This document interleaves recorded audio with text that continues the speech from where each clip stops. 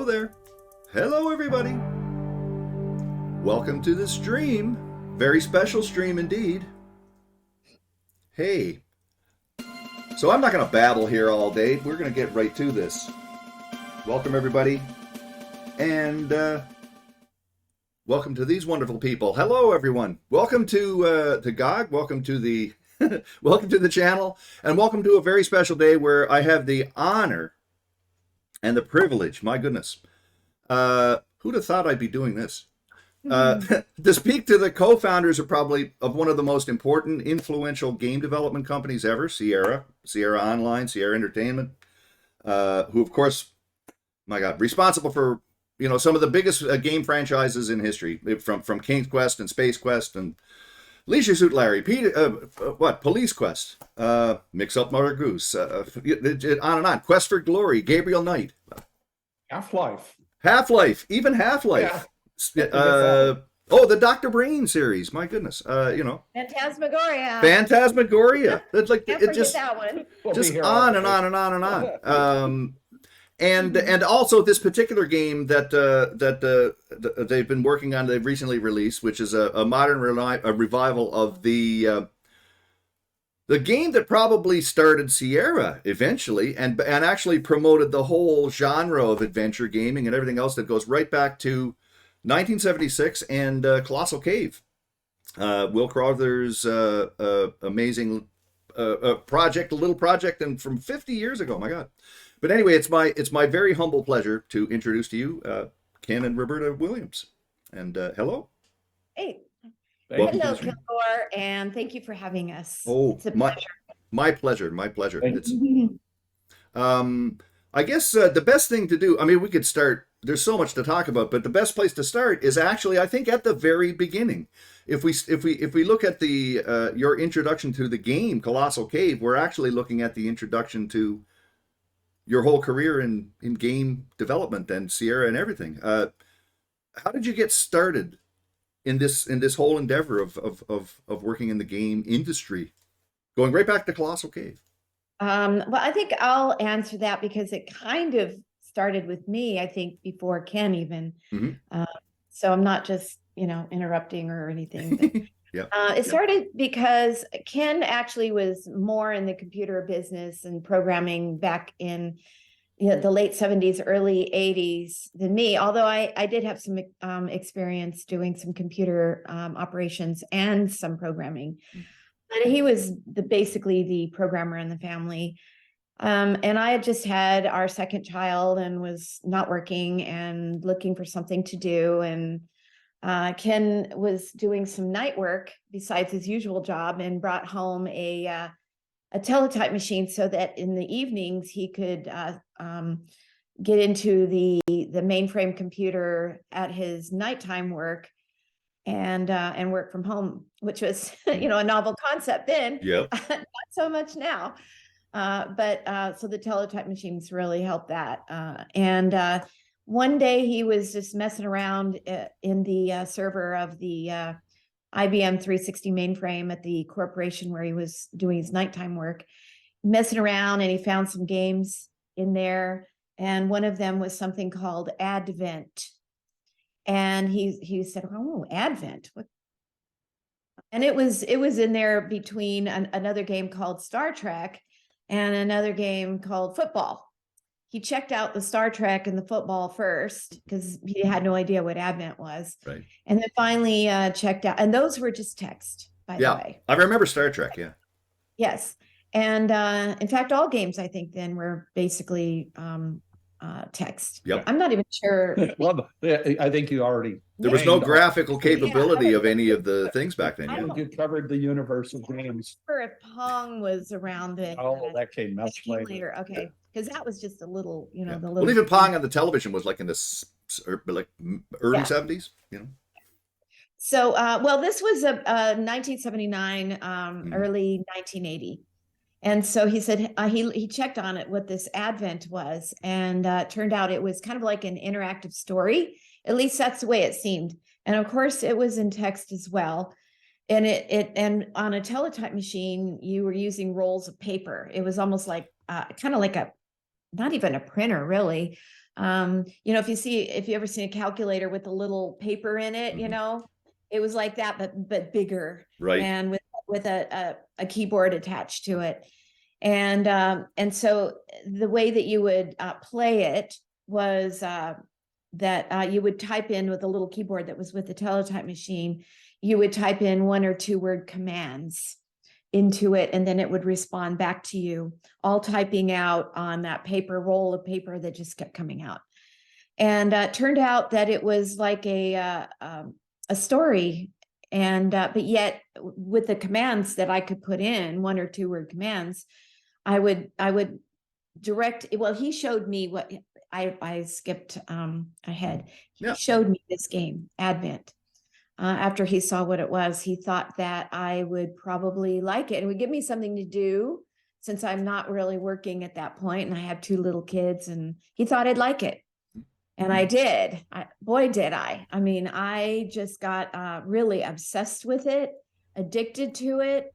It was, to me, it seemed like an interactive story. And I'm very bookish and love stories. I've always been very story oriented, very creative, and it just caught me and just pulled me right into it. And it turned out it was an exploration of a magical cave, and with treasure and magic and, you know, just tunnels and chambers. You know, I could go in and explore and keep exploring. You know, it's a bit of like spelunking, I guess you'd say. Well, it is spelunking. And I got pulled into it and just loved it and played it. I don't know, it seemed like it was quite a while, and go to bed at night thinking about it and getting stuck somewhere, not being able to figure out where I was, or in a maze, and how do I get past this? Eventually got through it. And then I decided I was going to go for the maximum points, 350 points.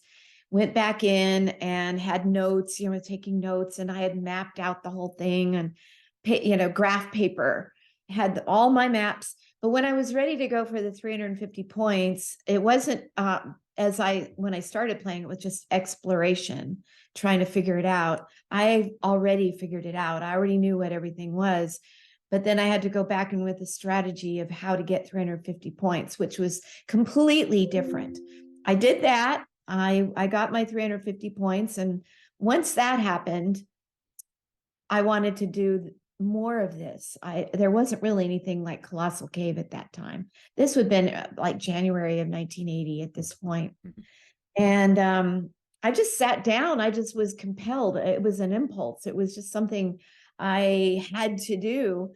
I just got a bunch of big pieces of paper, and I had some ideas. One of them, it was murder mystery. And I always loved the game Clue, the board game, and just, you know, murder mystery stories, Agatha Christie, you know, whatever, which was very like Clue, that kind of old fashioned feeling. And I put those 2 together and just started drawing and doodling on these pieces of paper, ideas of a game, you know, bringing in a murder mystery idea. And I literally had the whole game on these pieces of paper. I could just look at it. It was like a map, but the map just had all kinds of notes all over it with puzzles, you know, and this room and that room, and this was going to happen then, and this was going to happen. Here's where you pick up this inventory item, or that was all there. I went to Ken. He knew I was doing it. I mean, he could see me, and I was literally on the kitchen table, which is a cliche, but it was true. And he knew I was doing it. And I went to him and said, can you program this for me? And this was for the Apple II. And that was our computer at the time. And at first he said no. He had something much more important to do, and that he was working on his own project that he thought was going to be it. That was going to be the company we're going to do. He wanted to really get into the personal computer business. He knew it was going to go somewhere. I knew it was going to go somewhere. And I was just like playing around, doodling around, but I came up with something. And I kind of looked at it, you know, this map, and said, you know, there is a whole game there. There is a whole game there. Yeah. But where I knew a little bit of programming, I had not the skills to do that. And he was doing his plan. His idea was to do Fortran for the language of Fortran, like BASIC, or COBOL, or I did assembly, Fortran or in school, whatever, Yes. And it was he was putting Fortran onto the Apple II computer. That was his idea. And he was working with a programmer buddy to do it. And so they were working weekends and nights together. And he said, no, I'm busy. I got a day job. I'm doing Fortran. I don't have time for this. And I kept kind of begging him, sort of, I'm a wife, I guess you might say, nagging him. But I was like, please, please, please, at least look at my map. Look at it. You wouldn't do it. No, because I think he thought if he did, he'd get sucked into it. He didn't want to get sucked into it. So this went on for a couple of weeks. And finally, in my mind, I thought, I've got something here. And I felt very strongly, this was really, should pay attention to it. He felt strongly about Fortran. And so I think he was looking at like Bill Gates, who, if I may have it wrong, but who had put BASIC. Yeah, he did Visual. It wasn't called Visual Quick Basic. It was Basic. just Basic. Or wasn't it? Was it Quick Basic or something? It was a simplistic name. It was like Basic, or who knows. Then there was DOS, and that had started Microsoft, and Microsoft was still small at this point. QBasic, QBasic, I think that's right. Okay, and she had or GW anyway. Microsoft now. Did I? Yeah, she screwed us up into the little games market instead of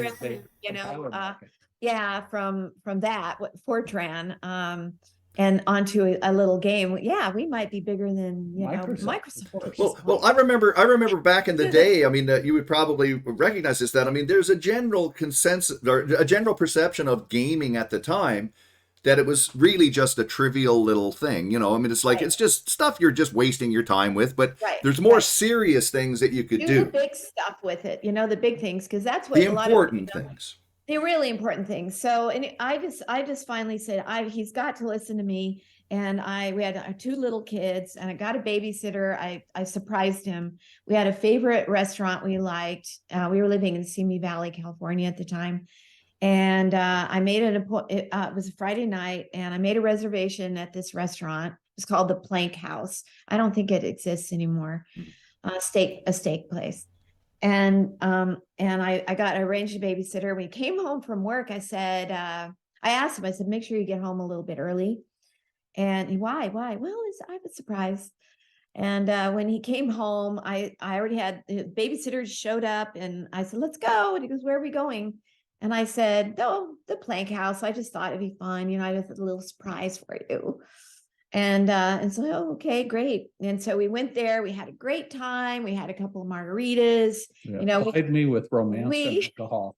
We liked.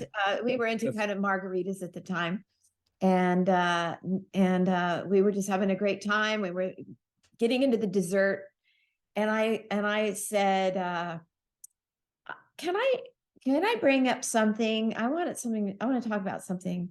And I think it suddenly occurred to him at that point what was going on, because it wasn't normal for me to do that, get the babysitter and surprise him and go out. That was not a normal thing. And he kind of gave me one of these looks like, and I said, it's just, he goes, he just had this real suspicious look on his face. And I go, come on. I mean, we're having fun, don't do this. And he did this literally. He said,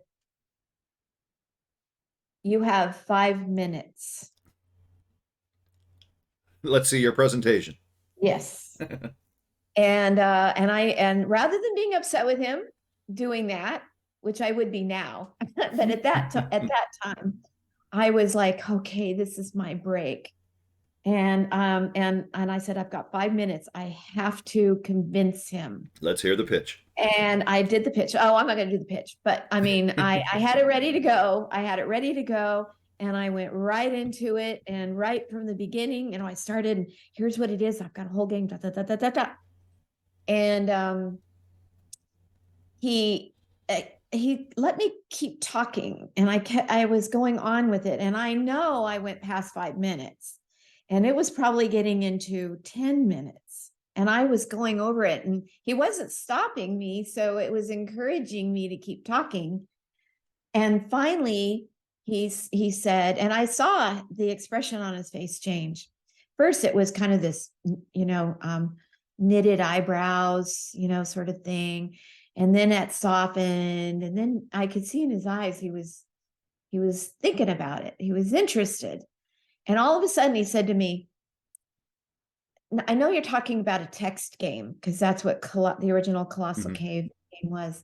And he said, you know what? I think we can put graphics to it on the Apple II. And when he said that, I knew I had him. Yep. Anything you want to add? Yes. Oh, I mean, I could talk to the. And this, of course, resulted in Mystery House, right? This is basically Mystery House. That turned out to be Mystery House. Yeah, I mean, in those days, programming the Apple II was not easy, to say the least. It was, in fact, I don't even think there was an assembler. I mean, it was really machine code programming, and you had an 80K floppy, and she designed the game with about 80 locations. And I was thinking, how am I going to get pictures of 80 locations and the program? And in those days, the operating system was also on the floppy. And it was a parser. So it was a challenge, but at the time I thought it was this huge programming project. It was, I think, 4 months or something from when we were out to dinner till when we had it on the market. And it was an immediate hit. I mean, to a level where we sold our house in Burbank. We'd always wanted to live in the woods, and bought a place up at Yosemite. And our first address was Corsco, California, for people that remember way back that far. And because our home address became the company address, and that was a problem, because we also had like our home phone number on every package we sold. Right. And we're getting calls 24 hours a day from all over the world, which was cool at first and less cool later. And but I mean, the rest is history. That we started Sierra, and probably hired our first employee within a month, and then a second, then a third, then a 10th, and it just grew. Well, the one thing that I get out of all of this as well is that, and I think this, because one of the things about this game, and again, the project that you've just recently released, one of the things about it is that it's a modern implementation of this old idea. But the ultimate thing that connects it all together is that it all starts with the idea, and the genesis of the whole thing is the concept behind the game. And nowadays, there's all kinds of tools. You have Unity, and you have the Unreal Engine, all these various different tools that you have. Not to say that it's simple or easy, but compared to what you would have done back then, in terms of basically trying to figure out from the ground up how you're going to actually make this thing. But it all starts with the idea and the game design and of how it's going to work, and then you're just working on the tools to implement it. Yep. And that's it's super simple by comparison in today's world to build a game, because well, first off, the game engine is free. I mean, you can go to the Unity side, download it. There's a ton of tutorials that are free. There's what they call their asset store, where you can just buy graphics. You can buy characters, buy animations for the characters, buy the music, buy the sound effects. And this stuff is like $5 and $10. So it's it's just a wonderful environment for somebody that wants to build games. I mean, all the tools are there. It's, in a way, I hadn't coded for several years, or hadn't, built a game for 25 years. So, being able to download, learn, and spin up to speed to build a professional product in a few months was impressive. I was, and it wasn't just, I mean, that's what everybody does these days. There's a lot of kids out there that are following the same path and building games. And that's a good thing. I don't want to sound like I'm disparaging it or anything, because it's true. The fact that those tools are out there for anybody to look at and anybody to work with, so that if you have an idea for a game, you can do it. But the one thing that I think is that it starts with your concept and your idea of the game itself. And to me, even going back to the early days, developing Mystery House and Wizard and the Princess and all of these games that you developed on, and then the development of Sierra and King's Quest, all of the games throughout, it starts with the general idea of the game and the concept of it. And you had to even sell it to your husband to be able to get the whole thing to go, you know? Well, he was really convinced that doing a more serious product like, a computer language Fortran for the Apple II. Yeah. And it wasn't even thought of the PC yet, was much more serious. And that's the way to go if we're going to start starting a little business into the personal computer realm. But I will note that as far as I know, there is still no Fortran for the Apple computer or Mac, or I could be wrong. I don't know. I have no idea. No, but the way that I will say that every single game I ever did, starting from Mystery House right up to within Phantasmagoria and King's Quest VIII, Mask of Eternity, I did the whole idea and the concept I did the same way always. It always started with a big piece of paper. I mean, and several of them actually. And I would just start by circles of, okay, well, I'm going to start here. And this is this. I mean, I already knew the basic story that I wanted to do in, in my mind. And I would kind of type out a page or something of what the story will be and the goal. What is it you're doing and who are you exactly? Right. At first, it used to be just you, like in the Collossal Cave game. But then starting with King's Quest is when I went into the third person category and created a character, which was Sir Graham. And from then on, it was just all third person. But I still, but then I just would develop the game idea for the most part on paper, and then just make lists of all the things that I would want to include in the game that sounded fun and that would go along with the basic concept, be it characters or objects or interesting places to explore and see that would all just fit in, and then just build it. So I would start small and then look at my list. I'd make my list bigger. Bad characters, good characters, different objects, how would I use them? And just add to it, and just kept adding to it and adding to it and adding to it until again, I could see the whole game on this giant piece of this whole map. Right. And it was there. And that's how I did it always. And then I would go back in and start the documentation of, putting in, if it was parser, the command words, or figuring out the interface, or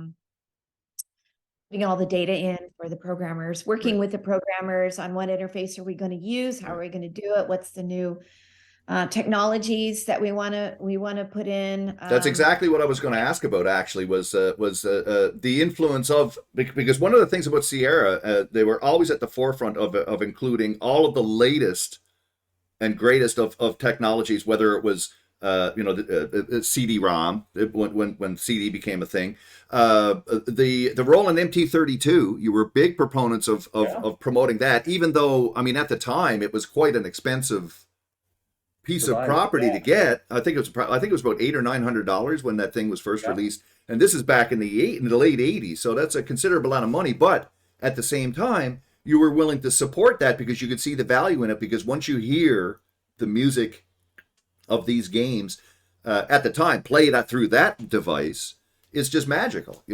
To this day, I mean, I have mine right up here. I mean, to this day, people treasure.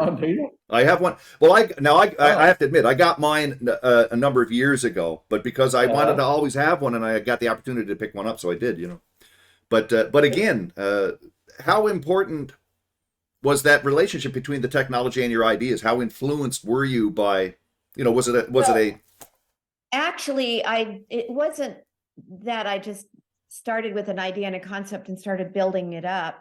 Before I did know, I mean, Ken and I obviously talked a lot, and I knew that I was going to be creating the next game on a certain platform or computer, and I always wanted to know what the advances have been that I can work with. What Right. can I work with? What can I do? And I started also doing some research of my own, playing some competitors' games, and to see what are they doing, Right. you know. So I guess I didn't mention that part, but so I knew what I had to do, how I had to reach forward in advancement on how it's going to look and feel.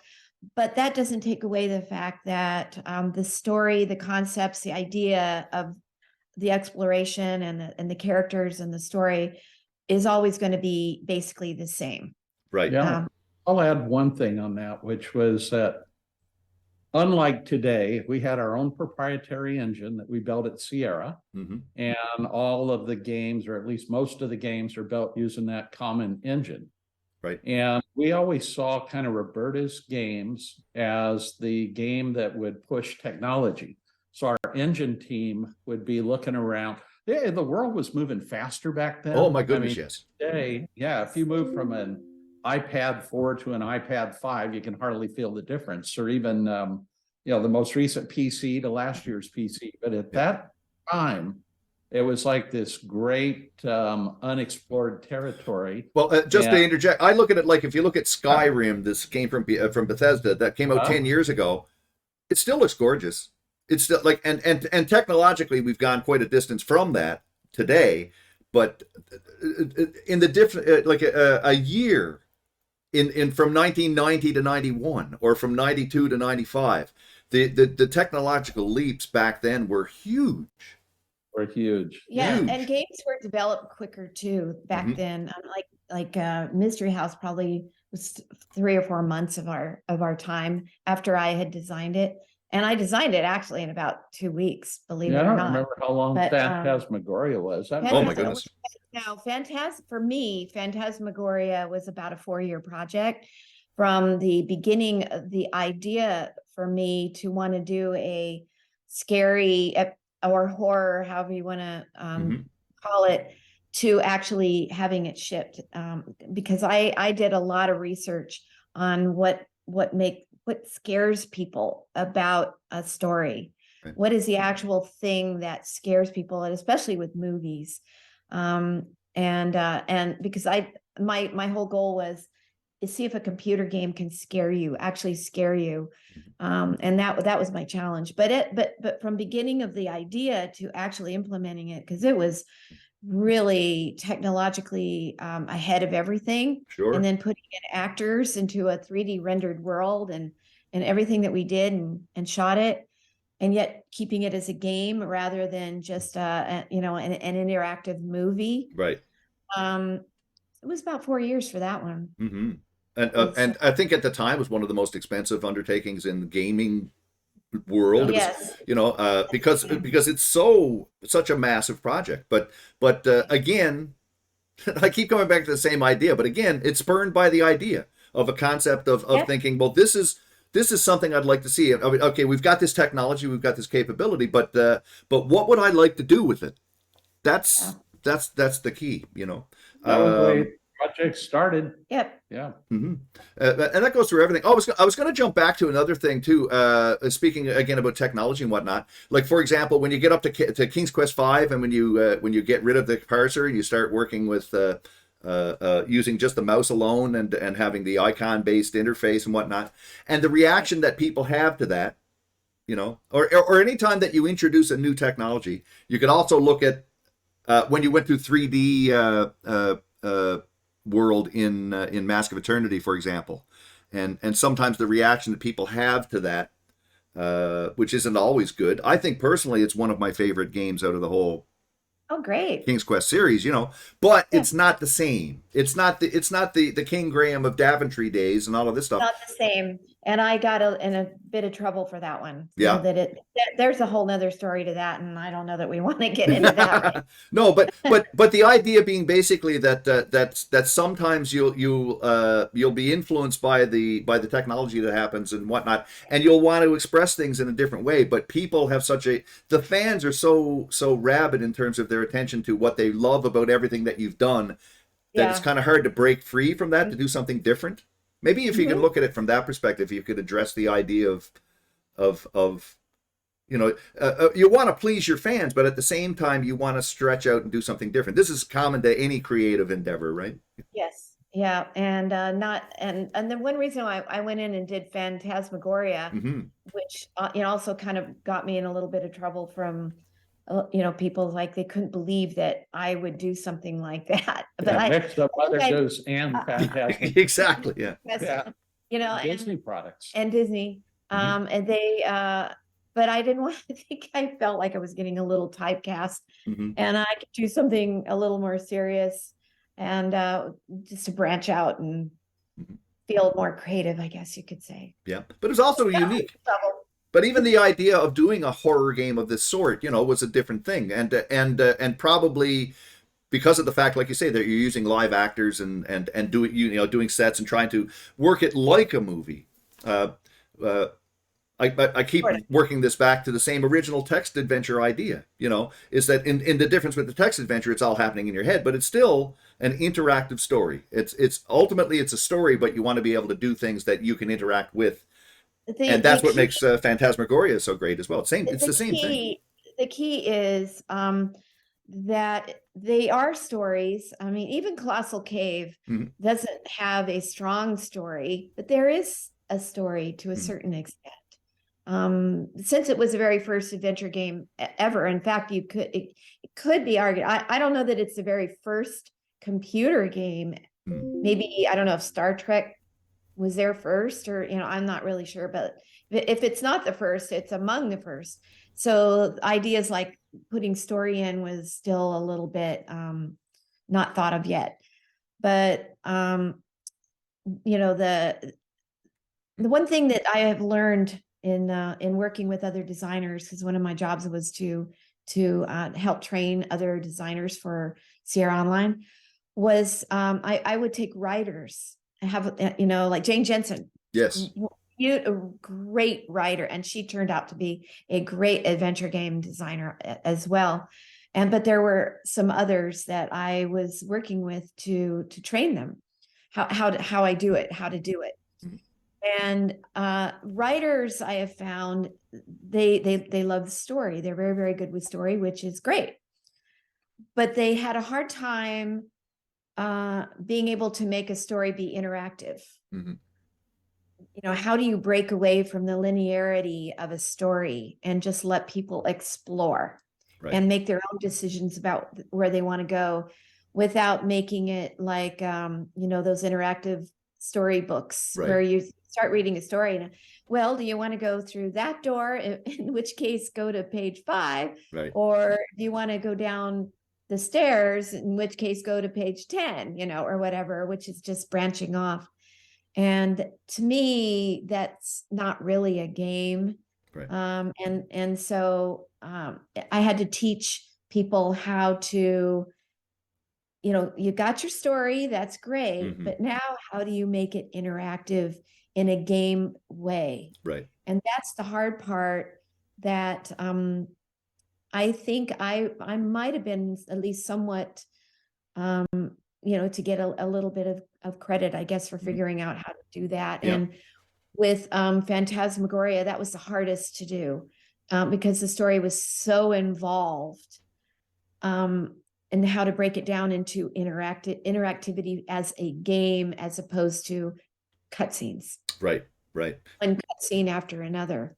Right. The other thing is that people often talk about how they want open world, an open world game where they can basically go anywhere and do anything. And that's like the other, that's yeah. If you think of like a pendulum swinging, there's the one where, the story is everything and you just can't hardly get away from the story and your filming of it or your animation of it and cutscenes and stuff, to, we can go anywhere and do anything. And then you lose the story. Right. There's no parameters. And there's something in between. And I always thought that our adventure games were kind of that in between.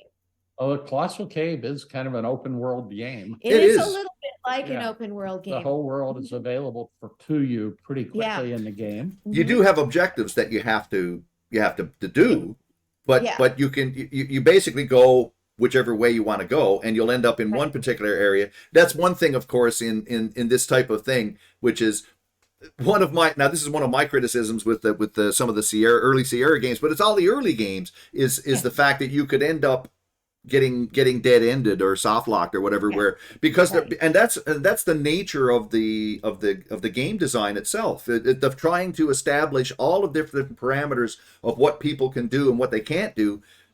But oops, we didn't get this link and not go. You know, like in Collossal Cave, redoing it as we did, remaking it. There at the very beginning, that you're in the forest in front of a little brick building, and there's a road, and the road ends right there, but it goes behind you. And even in the original Collossal Cave, you can turn around and go back, you know, behind you and down the road, instead of to the little building if you want to. And in their case, they just had you go a little ways down and just say, oh, the road just winds around or something, and you just, if you try to go that direction, it just doesn't let you go. But in my case, so we had to, since we're graphics for our version of Collossal Cave, we made the roads. We have the road, it kind of goes up a little hill and around. And then, just as in the old time adventure games, we had to put a barrier there. Yep. And we go, okay, how are we going to keep people from going this direction? So we put boulders, you know, and things like that. But in the games, as I progressed with them, and as probably most modern designers do, is you think out the world a little bit better, so you don't have to do some of those things. Oh, let's just put some boulders there, but a thick stand of trees, you know, or something like that. Try to be a little more creative.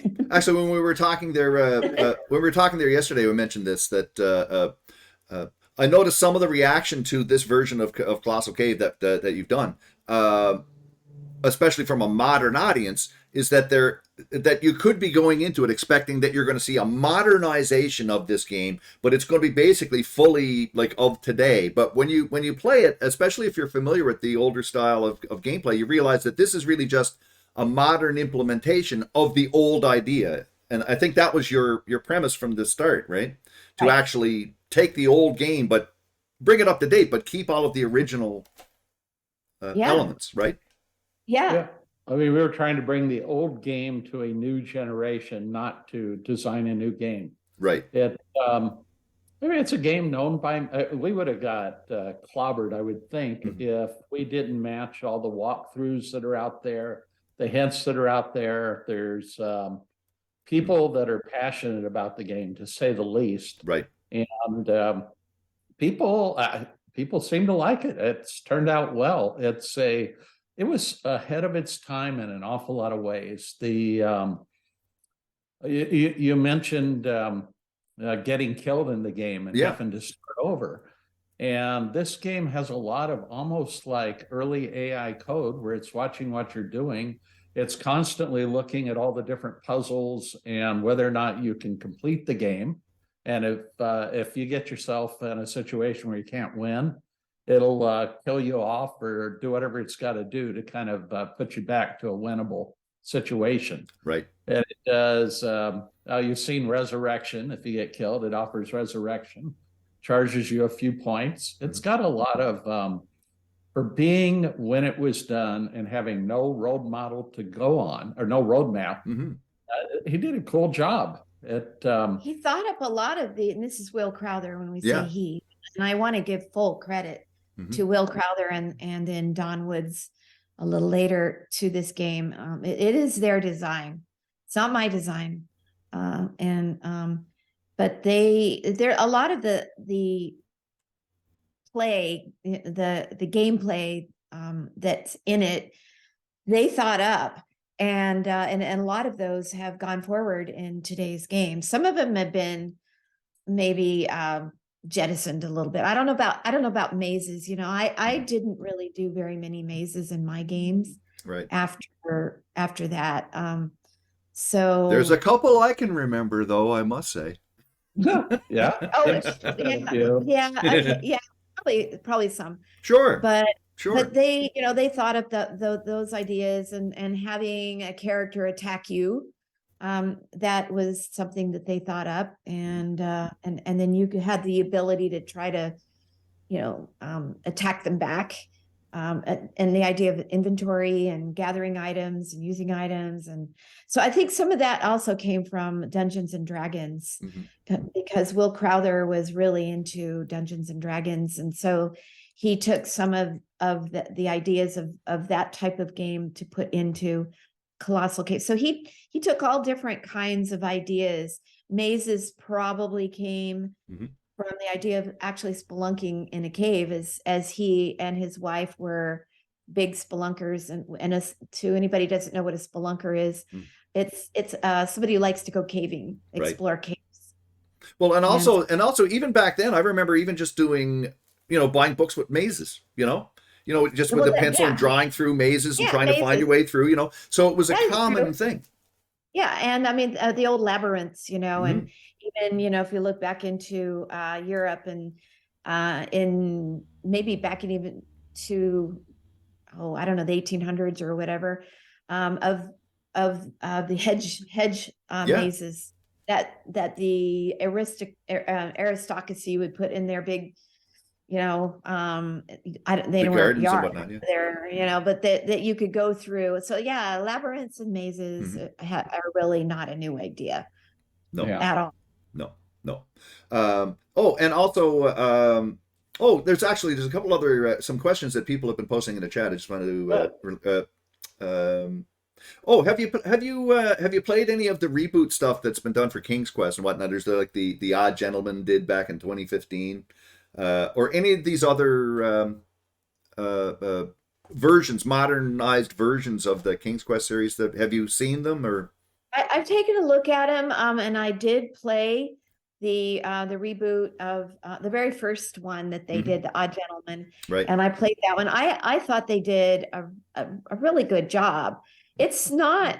I didn't go on and play them after that, but I thought they did a good job on the first one, and I enjoyed it. But I think we probably were in our boat and circumnavigating at the time or whatever we were doing, and lost. Didn't do it, but. Yeah. The other one was what's your favorite King's Quest? Into two categories. I would put down King's Quest 4 because of adding Rosella, that I thought was a really great character and added a lot to the King's Quest story, and to help build the family. I kind of wanted to build this family for King Graham. And so, like many times, like some of the series on TV we watch now, when you have your characters and then there's a family and then they can go forward and that sort of thing. So, and also to help bring in female players, which was really important to me. I got a lot of fan mail at the time with many young girls and women and older women and of all sorts of ages, sizes, everything. And they loved my games. And I think I got about as many fan letters from them as from guys. Right. And I saw that there was a need to do that it was beginning to be not fair. And so from that standpoint, I did that in it and got a little bit of negative feedback out there to do it. And even from our companies, marketing and sales were a little bit, worried that I did that. And they said, well, most computer game players, and it was computer games at that point, not video game, because everything we did was on computers. Right. That we're gonna lose players if I do that. And I thought that was just silly, because as far as I was concerned, King's Quest is a story. It was going to have a family. I wanted them to feel empathetic towards the family that I'm creating and the issues and problems that they have to deal with in the Kingdom of Daventry. And it didn't make sense to me that if I have a princess that's born to King Graham, that she can't go out and have her own Right. adventure. It didn't make sense to me. It would fit in with the story. It would fit in with everything. And it did. It did. And so I love that. And then and King's Quest V, I just thought was a really fun game. And but that's where I changed the interface from parser to the point and click and the icon based. And I also got in trouble for that one too. For doing that, because that was, how could you leave the parser? I mean, how dare you revolutionize the whole format? You know? And I just saw that people trying to play, like my parents is a good example. I wanted my parents to play my games up to that point, and my dad was not good with the keyboard at all, and my mom was pretty good with it, but they didn't have any idea what to type in. And it was almost back then, you know, to deal with a parser, you almost have to kind of understand the language of the parser, you know, how you do it. It's got its own strategy itself. And they didn't want to learn that. They just wanted to get into the game. Sure. And I could see, and not everybody types well. So they were like just doing this, you know, and then you had to spell words right and put in synonyms. I remember I had to put in misspellings of words that were commonly misspelled. So you had to think of all this stuff, and I just, we got to simplify so people can just get into the game and play. Right. And so the challenge for me was to take, you know, an adventure game is pretty complex. It's very complex. And to take this complex idea with all the programming involved and all the characters and all the things you could do, and with a parser, it gave a lot of freedom to players to want to do what they want to do and go where they want to go and say what they want to say. And it was I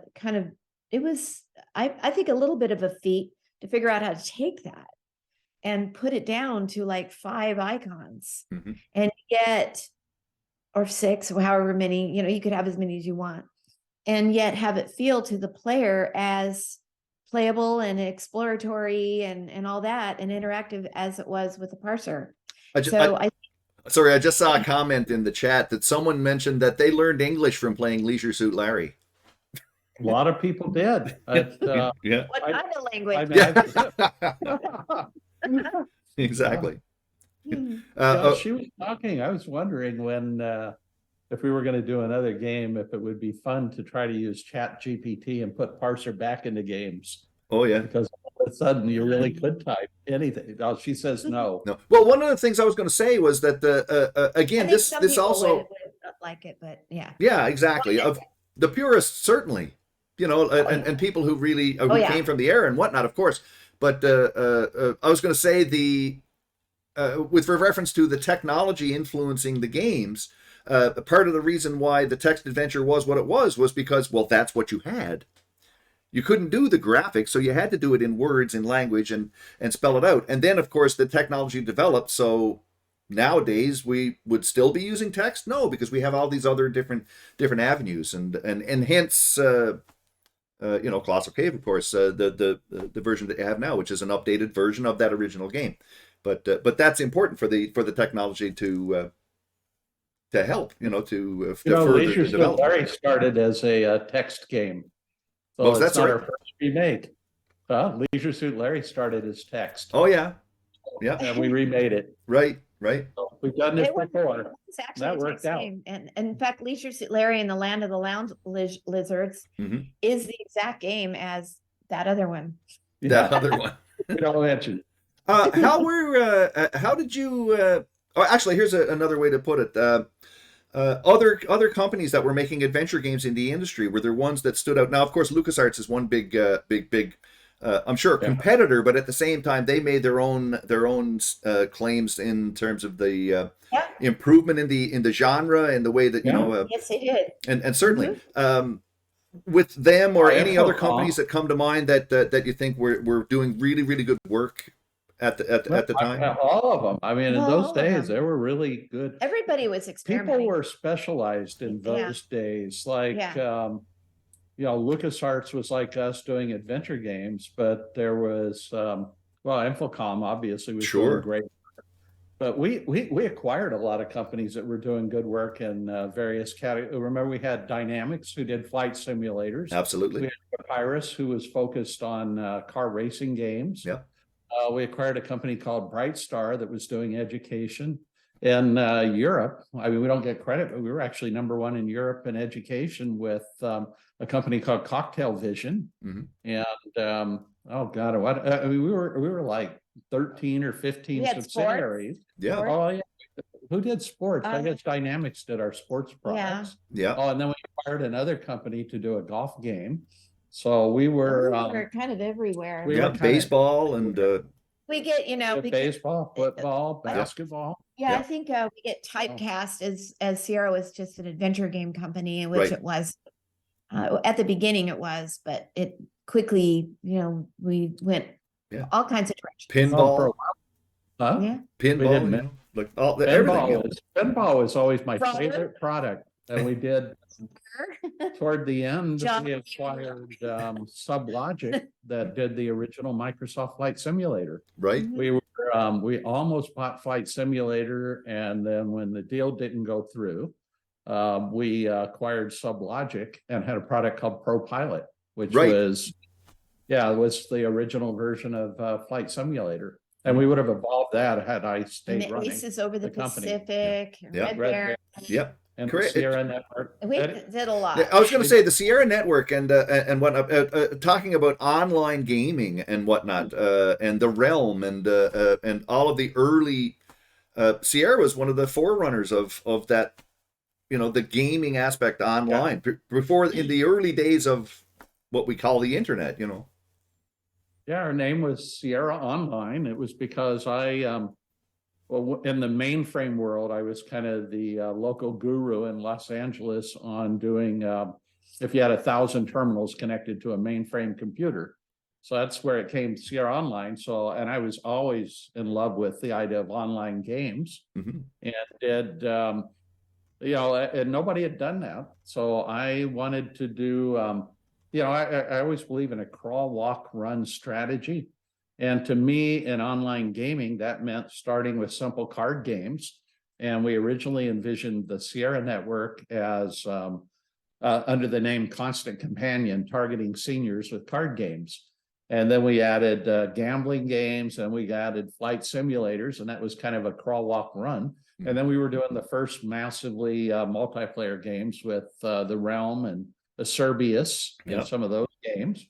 And it was cool. I mean, that probably out of all the Sierra years is the one I personally am the most proud of. And people don't realize that there was a world before the internet. So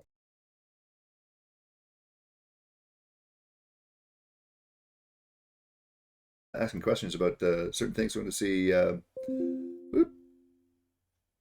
boop, boop, boop. Let me go back here. Well,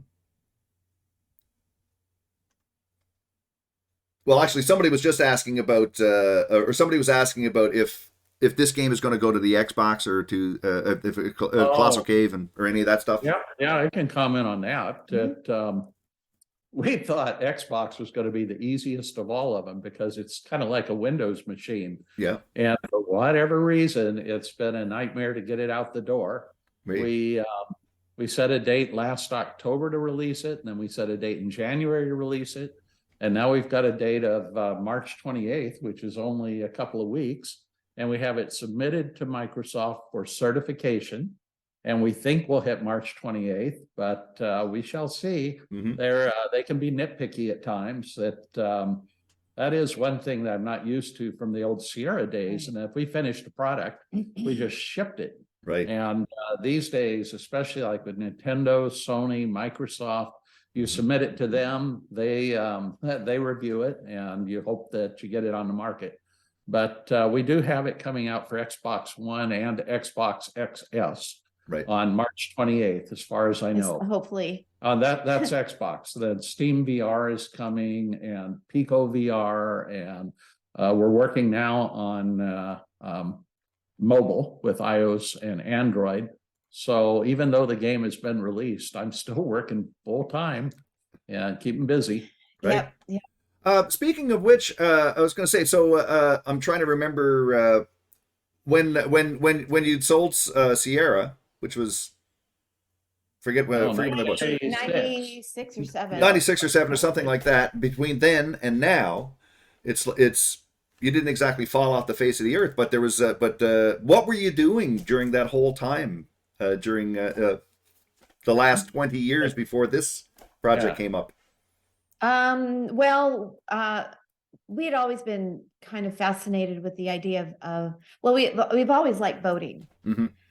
And even when we had Sierra, we lived near a lake up in the Sierra Nevadas and near Oakhurst, where we lived. There was a lake called Bass Lake, and we had a ski boat, and we would ski around it and water ski, and then we'd Delta, which is kind of the riverine area from Stockton, California, that goes all the way to the Bay, San Francisco Bay, and there's all these channels and little rivers there. So we'd take it there and boat and cruise. So we've always liked it. So when we saw that we were going to probably sell Sierra, we started talking about the idea of buying, because by this time we moved to Seattle, Washington. Mm-hmm. Seattle, we learned, is a big boating area. There's water everywhere in the Seattle, and with Puget Sound, you could get out to the ocean and get up into Canada and go up to Alaska and all of that. And so we had already started getting involved in some boating around there. And then selling Sierra, we said, well, I don't know where he's going. we knew that we weren't going to be working really.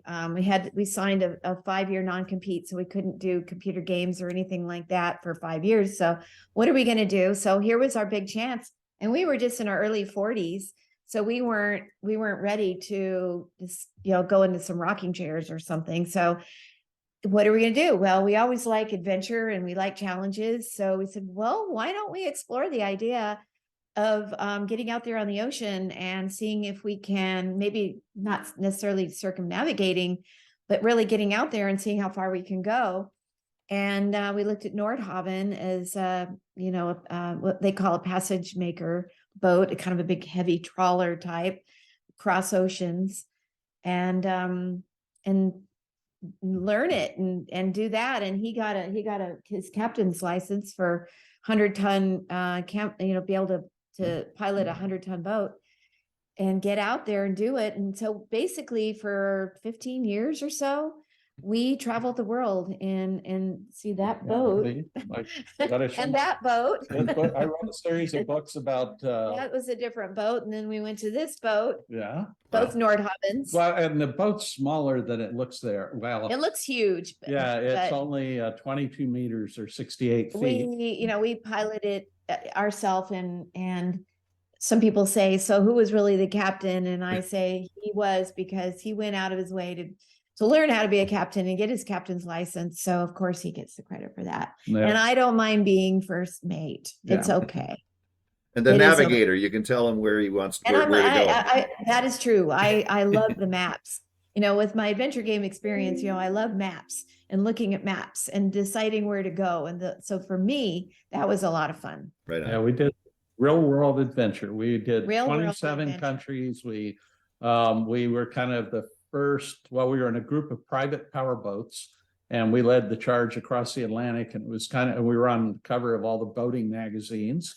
And then we went across the Bering Sea from Alaska to Japan. Island hopping along the Island hopping across the Aleutians, and that put us on the cover of boating magazines again. So we think of it as we got kind of a second 15 minutes of fame doing our boating thing, and now we're back to games and hopefully shoot for a third one. Yeah, Ken had now there's a lot of boating blogs or vlogs on YouTube where people are out on their boats and they're traveling the world. Usually it seems in their sailboat, But Ken was like the first to really, it wasn't a vlog at the time, it was a blog. And that would have been in like 2004, I think he started doing that. And really grew that and got a huge fan base on our boating adventures.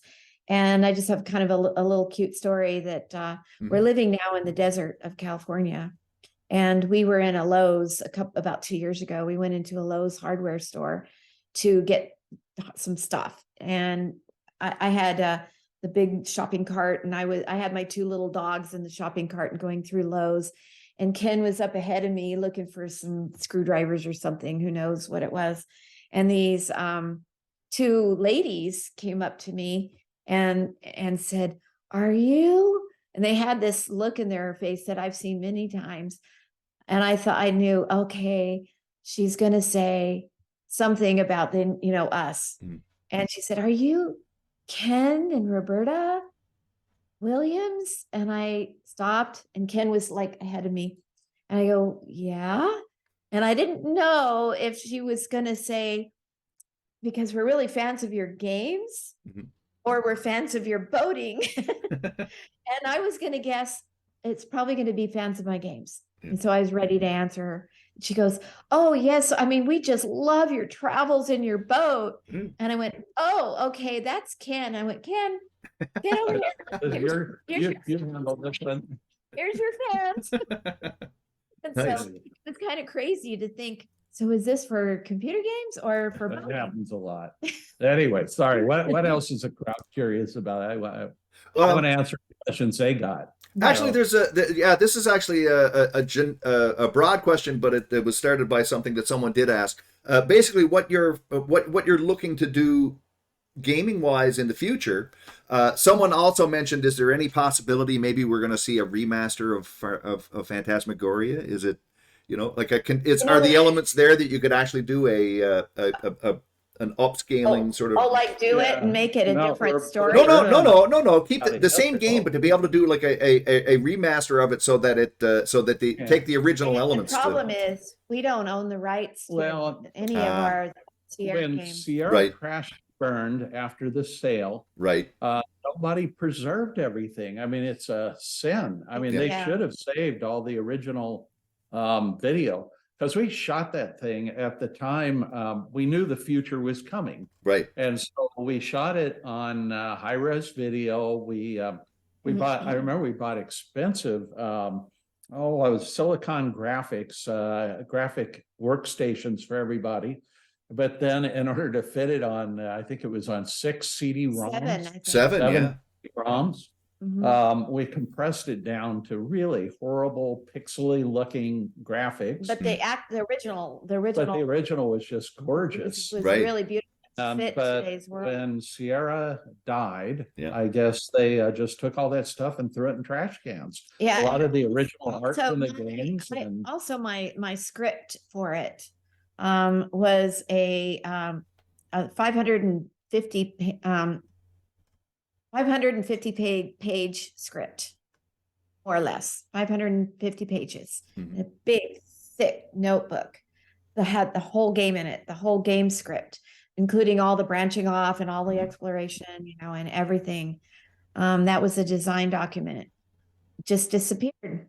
I would give anything to have it back. And I have no idea. I think somebody took it, and I think somebody has it out there. Currently, the rights to Phantasmagoria and King's Quest, at least the characters, and then maybe not the names, but are owned by Activision, and they're in the middle of selling the company to Microsoft. Right.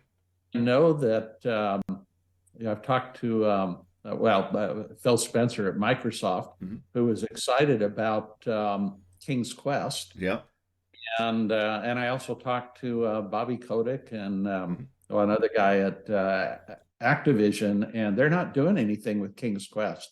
I'm hoping that when Microsoft gets the rights, that some of there's so many great series that were in there that hopefully they'll bring back to life. I mean, I don't know if they will or won't, or if our phone will ring someday and somebody will say, "Would we help?" I have no idea. I would like to think that the potential is greater if the merger thing does happen, that the potential for the return of some of these elements and being able to actually do something with, because right now they're in a drawer, or all of this stuff. There's so many different. It's sad that some companies will acquire some of these things and do nothing. Yeah, well, I can't even believe they sold the name Sierra.com. If you go to that website, it's now a lumber company or something. I mean, why? Yeah. Really disappointing and sad. That's why your book, and it explains it all. We put up a link to your book, by the way, in the chat there as well. So. Yeah, it's I didn't think I'd ever write a book about Sierra, and it's partially responsible for why we did the game. Because this one, Collossal Cave. You'd say we defocused from gaming for over 20 years, just to we're pretty when we do something, we do it, and we dig in. And even this game, when it came time to do the game, it became our lives. I mean, 12 hours a day, 7 days a week. It still is. Yeah, it's still. I mean, most of our friends were kind of like, "What happened to Ken and Roberta? Are they dead? We haven't seen them, even family members. It's like, where are you? Yeah. Well, you've established a legacy that's going to live on at the very least, and there are so many people. The number of people in chat who are just popping in and I just wanted to say that you guys have been such an inspiration. We love your games, and the amount of respect and admiration that you have throughout the gaming world is no, thank you. Is eternal. Amazingly honored. We definitely are very honored, and we feel very fortunate. Yeah. That we have so many people out there, and I know that every time I did a game, I thought about who I'm building this for, and it had to be the best it could be for them. Yeah. So really, thank you. There was one thing I was going to mention as well, actually, earlier when you were talking about making your own decisions of trying to establish where you're going to go with the game and changes you wanted to make, and then some of the having to battle people for to develop different idea and whatnot.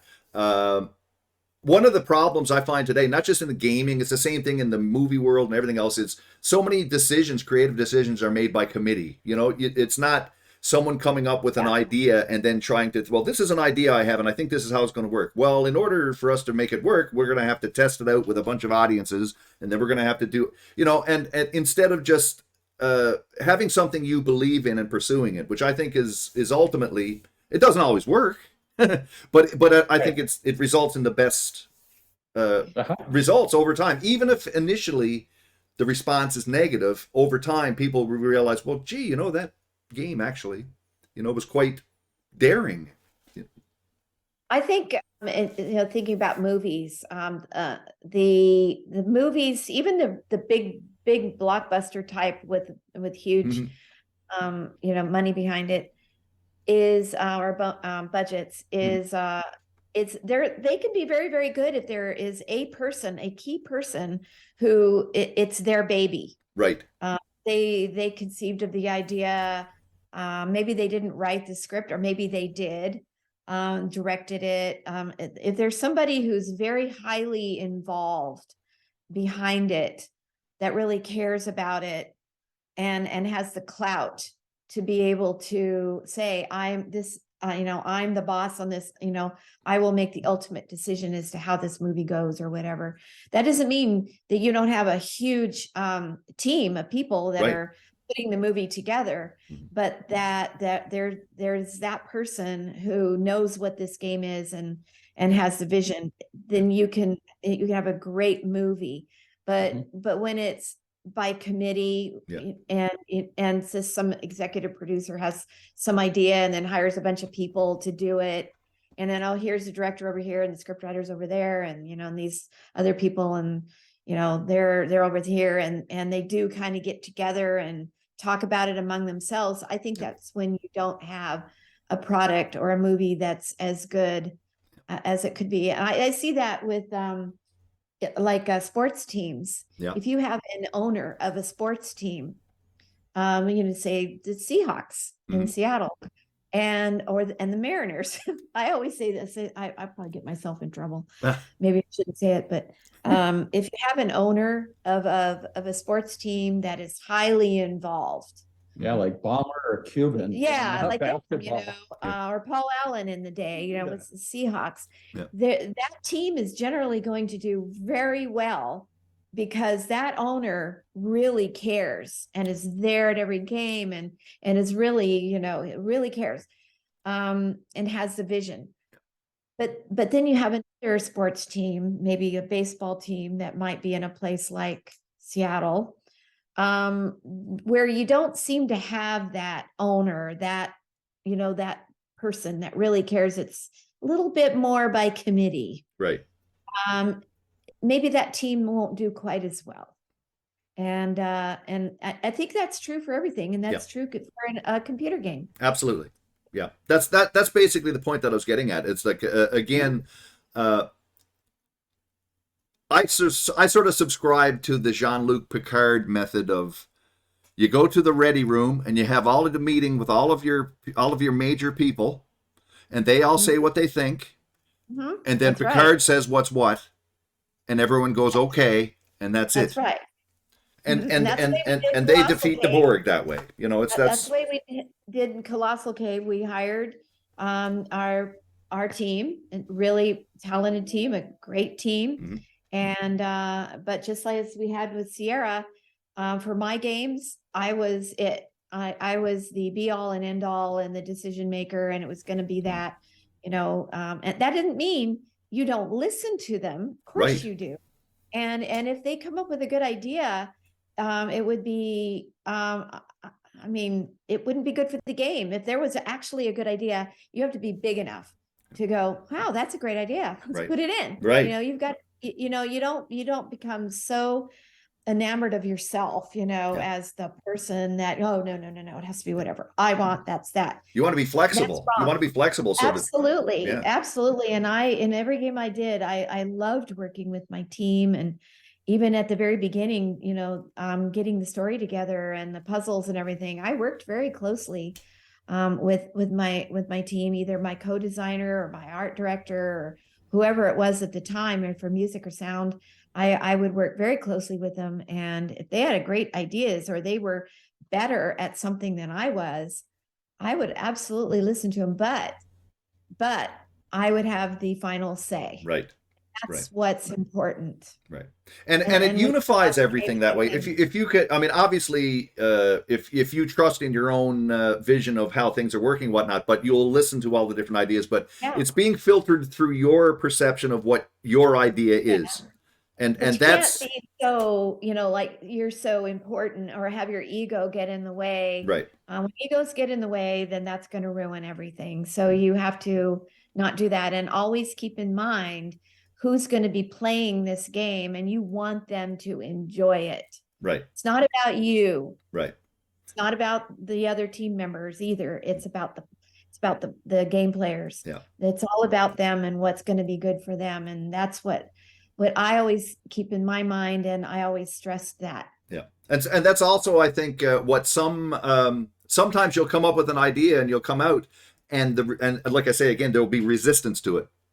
Because it is new, but right, and suddenly you get viewpoints of people saying that, oh, well, it's not this and it's not that and blah blah blah blah blah. But if you're definite in terms of what you're trying to accomplish, it'll all come out in the wash eventually. And then those people who were in the beginning sort of going and ragging on about what they didn't like, eventually they'll realize, well, oh, I didn't like it because it was so new to me that I didn't see what they were trying to do, or whatever else, Yeah, I always said, that, and there were definitely people over the years that didn't agree with me and my decisions. And I always just said, it all comes back to me. If that game comes out and it's a bomb and nobody likes it, and it's my fault. Mm-hmm. And I take the blame. Right. And so I was willing to take the arrows and then, but if it's good, then you get a little bit of the credit. So right. Yeah. But that's the thing. You take the risk, so that way you get the rewards, or you get the, You get the thummy arrows. noses too, or whatever, you know, That's you right. get it all. That's right. And That's right. Ken, I mean, being the CEO, you know, through all of those years and whatnot, and being again, we were talking about this yesterday. I mean, you started out in the programming world, and then suddenly you end up basically running this massive company, and your hand is not in the programming as much as it used to be, and suddenly you're dealing more with the bureaucratic sort of aspects of the business and all of that. Yeah. How did you feel about those years in that position? You know, Well, it was both good and bad. I mean, there was, you know, we structured the company as a large development company. And we had 1,000 employees, but 700 were in development. And the rumor that I would constantly hear about Sierra was that only engineers count. You know, the marketing people, the sales people, the manufacturing people, they would bellyache that I was biased toward the programmers, and a little bit there was truth. I mean, we were 100% internally developed. The only product we acquired from outside, I think, was Half-Life that I can think of. And Maybe we like were Sylpheed or some of those. well, but even no, you're right. Sylpheed we did, and Thexter we did that we got from a company called Game Arts in Japan. But generally, it was all internal development, and my role was to go from developer to developer to developer and try to sprinkle technology from one group to another group. So I was able to stay technical, you know, and I had a good couple of people that were right behind me, a guy named Rick Cavan in the earlier years and Mike Brochu later, who were able to do the hard work of being the bad guy so that I could spend my time working with development and marketing. Well, I wouldn't put it in that way, being the bad guy. Well, I mean, you know, managing sometimes things. managing things, telling people it's time to get to work. good cop, bad cop. I don't You're know. not around. Yeah, I was able to focus on the product side and the technology side. And, you know, the only part I didn't like really was the bit of bureaucracy I did get bogged down in, and writing on airplanes. Yes. We largely grew through acquisition, and we had, I don't know, I'm remembering 13 development centers, but it might have been more. And I would want to see every product every month. So I wound up spending most of my life writing on airplanes to go to the East Coast. We had a big development group in France, in the UK, in the center of the country, on the west coast of the country. Didn't we have one in Israel? I Yeah, I went went to Israel. I mean, it was just kind of nonstop. Writing on airplanes, but it was worth it. I mean, to walk into Papyrus or Dynamix and see the products, I was like a kid with a new toy. I mean, you know, you never hear the name Dynamix, but they were like one of the greatest companies on earth. Absolutely. 100%. Oh, by the way, Betrayal at Krondor, one of my all-time favorite RPGs through Dynamix, and all of the Aces games, and sports games. Dynamix were massively a big name in my. Damon Sly, those guys are gods. I mean, they were so good. Yeah. And to be able to sit down with them and look at a product was just really nice. Would you be able to comment on the comparing the game development world today and then, say, over from the 80s, 90s to now? I mean, how things have changed for better or worse or whatever. I mean, a little bit game development's like riding a bike. I mean, it's the same thing. Start with a concept, build a game, and go promote it. Right. In terms of the tools to build a game, it's way simpler now, and which I talked about. Promoting a game, though, is way harder. That changed a lot. If you look at Steam, they had almost 11,000 games released in the last year. Yeah. Even with as well known as Roberta and I are, it's hard to crack through and get attention.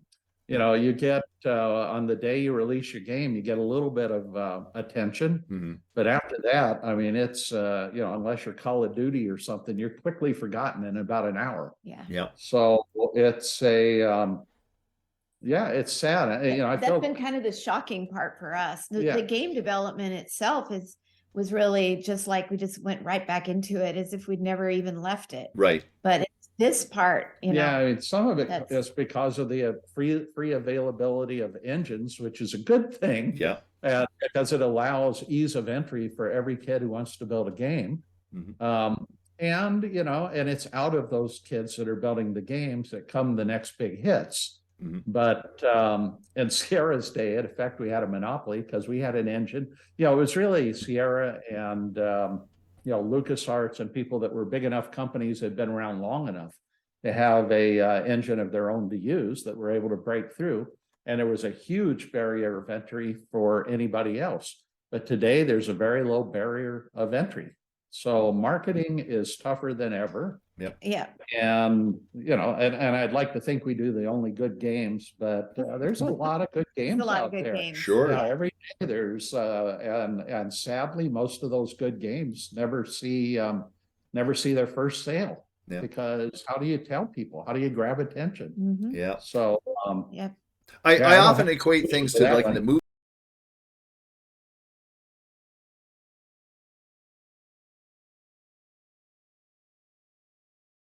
Big splash right away, you're going to be pulled from Yeah. the theaters. Back years ago, you had a little room to like they would give you you know to let the word of mouth grow so that maybe you'll get a little momentum or whatever, and then suddenly pick up maybe. So after a month or two, then they'll decide, okay, well this isn't working out. But nowadays it's like first weekend or nothing, and it's almost the same thing in the game industry. It's like Yes. if the game is not going to make a big splash, well, we're not going to promote that. We only want to promote the things that we know are going to take off, and that's it. And then anything else, Yeah. if maybe it'll catch on, but we don't have time for that. You know, we'll have to. Right. no, Right. we're hoping to break that paradigm. We'd Sure. like Collossal to. Cave's been around for 50 years. We're hoping to give it another 50 years. Hmm. I don't think we have any doubt this game is going to have legs. Yep. You know, it's never going to be number one in the no, market, but we no. think it'll be a nice steady seller If for a it's very steady- long Yeah. time. Yeah. And what about and again, I asked about it earlier, but in the future, do you have any other things that you would like to do? Maybe other revivals of this type that you'd want to get into, or Probably not a revival again. Mm-hmm. If we were going to do something, it'd be, you know, if you were to ask me, it would be something that was some sort of a technological breakthrough. And if you ask her, it would probably be some sort of a new, she'd focus on the character side of things, Sure. and the plot side, and you know, Something something. be new. but they're Yeah, both either- important, both aspects. Like Yeah. Laura Bow, the Laura Bow series, Quest for Glory, not Quest for Glory. Yeah. So Colonel's Bequest. Colonel's Yeah. Bequest, yes, absolutely, which is Yeah, one of she's my mentioned favorites. another of those. no, I didn't. No, not the Colonel's Bequest, but no, but I, you know, I have other interests, and Sure. archaeology being one of them, Mhm. and ancient history and mystery and ancient civilizations and things like that, where I could see doing a game with a young female archaeologist somewhere, Egypt or Mesopotamia or something in the 20s or 30s. It's kind of the Laura Bow time period. Right. And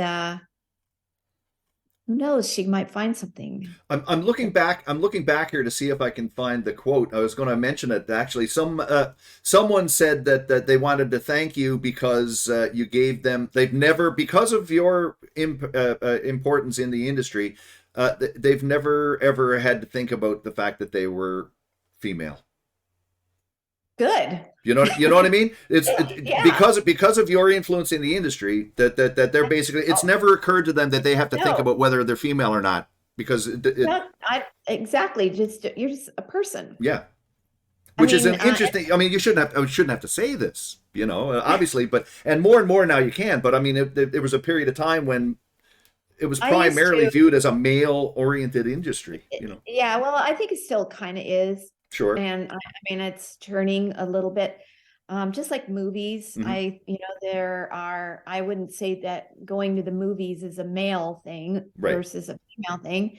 Obviously, it's not. Yeah. I think it used to be when movies first came out in the 20s, 30s, 40s. I do if you look back at old movies, which I don't really do much of, but if you do, a lot of it is more male oriented. Well, you ladies needed a lot of rescuing. Yes. You know, you were getting rescued all the time. You know, that was the. Yeah. And I even started the rescuing thing with King's Quest 2. Sure.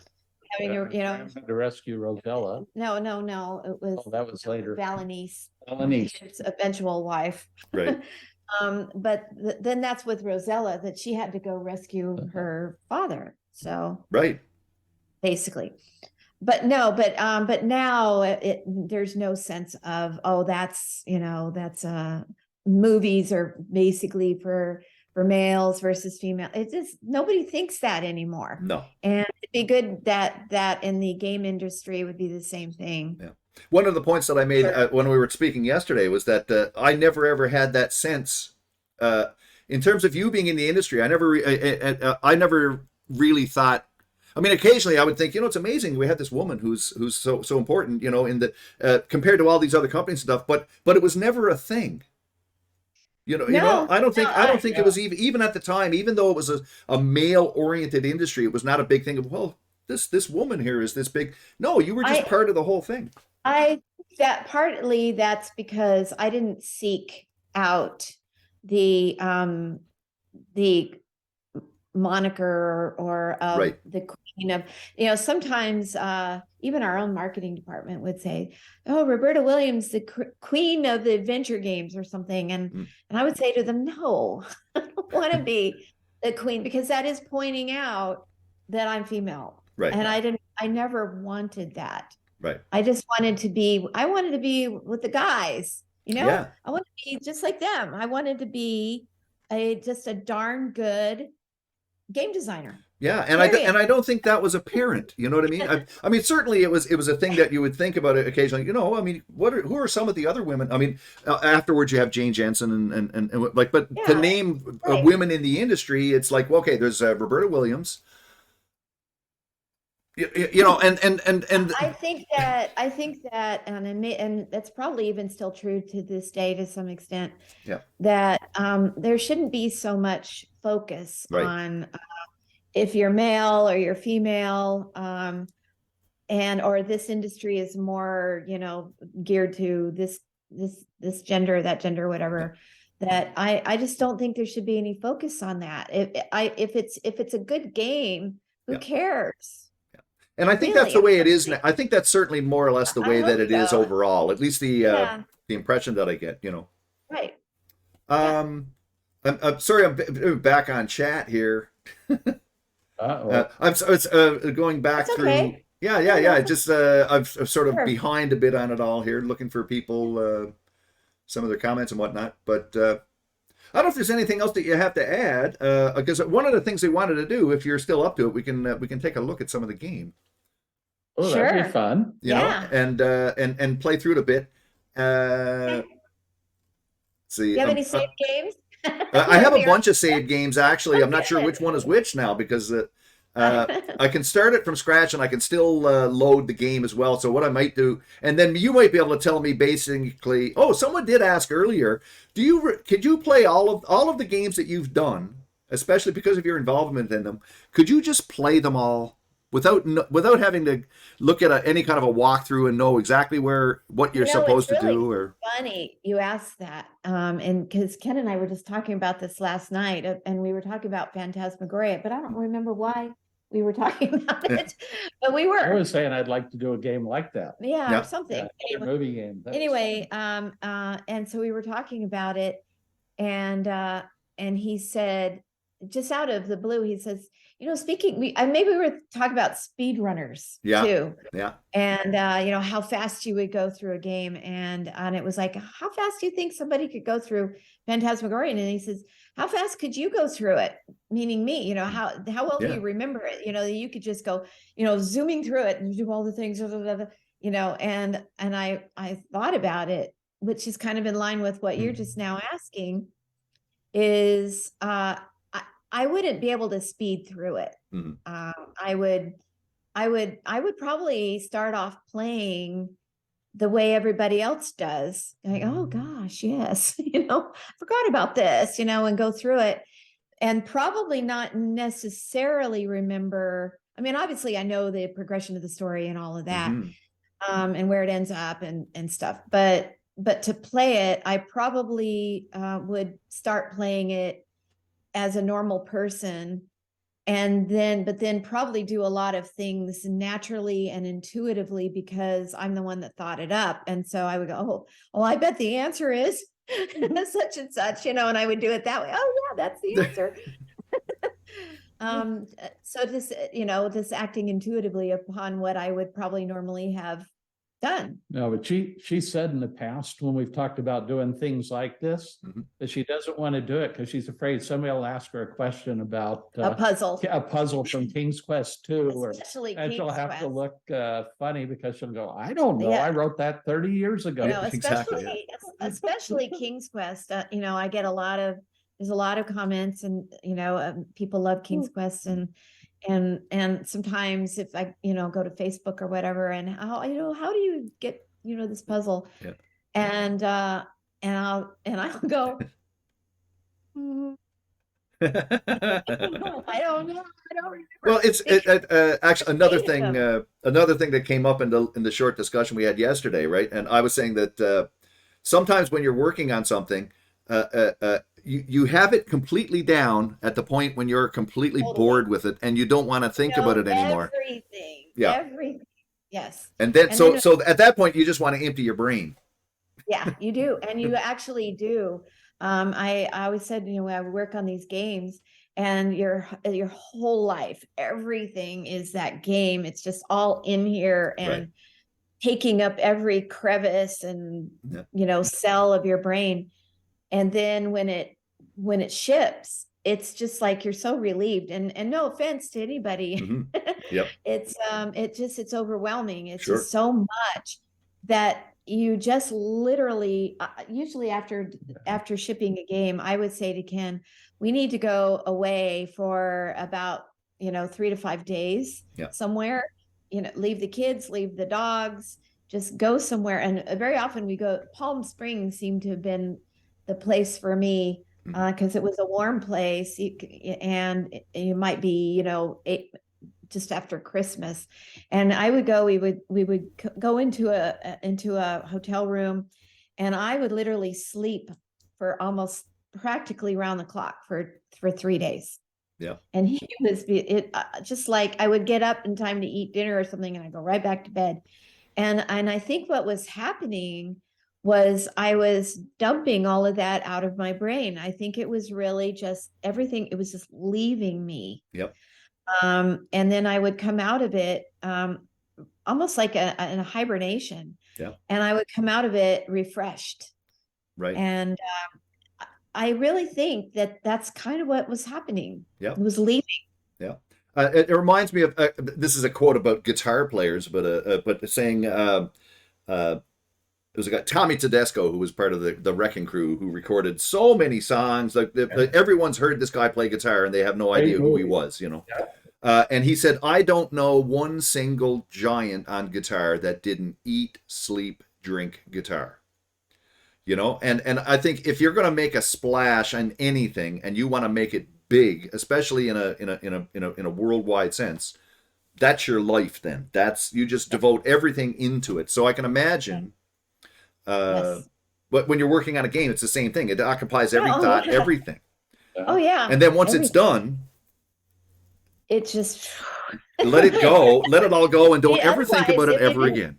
If that didn't happen, then you wouldn't have space for the next game. Exactly. And then go through the whole process again.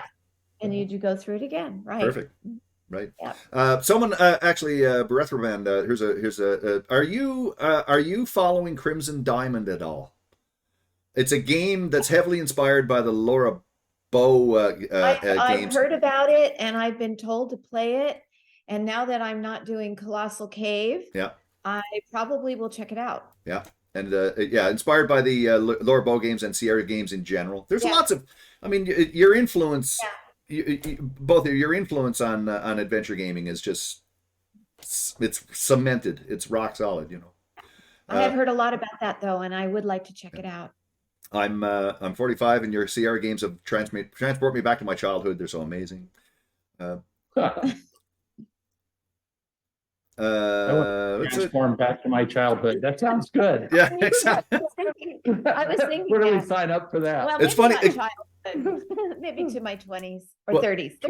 Well, there, yeah. Well, it's like I was saying. We're good. Sorry, it's like I was saying. It's like when people say, "Oh, you know, I played King's Quest when I was a kid," and I was like, "Let me think." Okay, well, my first King's Quest game was actually King's Quest V, but that was still 1990, so I was still 28 years old. I wasn't a kid, you know. Oh, you weren't a kid. Well, yeah, you were a kid. Well, to me, 28, yes, kid. yes, but you know, but or whatever. But One of our team members that's still working with us just had his birthday today. He's 26. And I said, Happy "Oh, birthday, Darren." happy birthday, Darren." And I wrote back to him and I said, "Oh, you're just a baby." Gave me a little heart. do you play games? I haven't played any games since we started this, and it's been almost 2 years because all I did was this. Yeah. And we're still pretty much working. You know, I've been still involved with, you know, we find one of the things we've been doing since we shipped Collossal Cave when was that? When did we ship? January 19th. January Yep. 19th. Yep. Yeah, okay, that's right. And you'd have the VR version coming up too, right? And we do. Yeah. Well, we already released the Quest 2 VR version. And we have a greatly enhanced version of it coming out on Steam VR, hopefully in the next month. Right. And yeah, it's just blow away. So I can't wait for that one to get out there. Excellent. Still scanning through to see if there's anything else that. Sorry. I forgot what it was. I did it. I was talking about. Maybe something will remind me. Oh. I'm in my 70s and still gaming. There you go.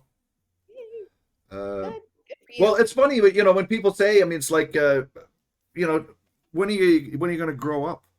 And I'm like, Never. I mean, well, I figure the day that I stop playing games is like, well, I guess that's it. See ya. You know, that's basically it, right? Yeah, exactly.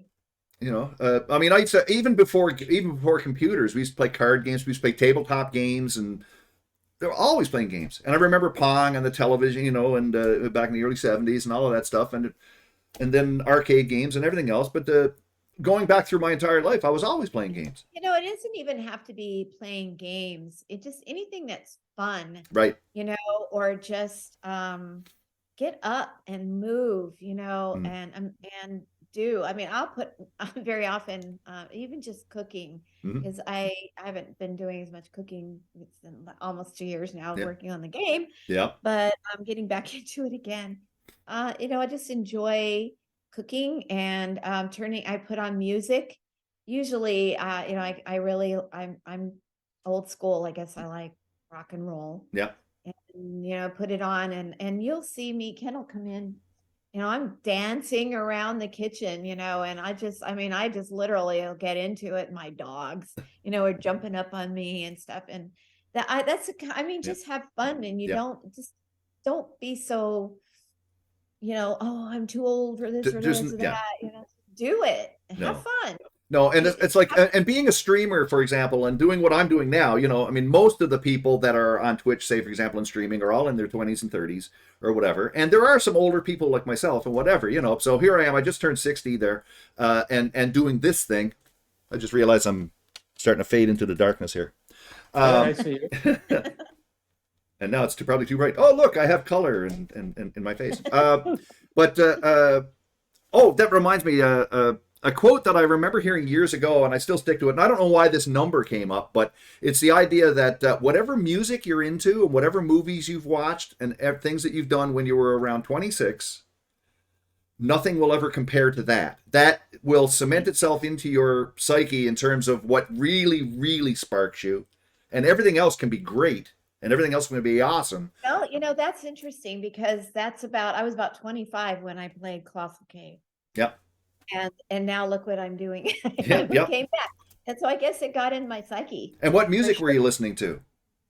Probably the music that I listen to now a lot. I would Exactly. say my favorite time is early 70s. Yeah.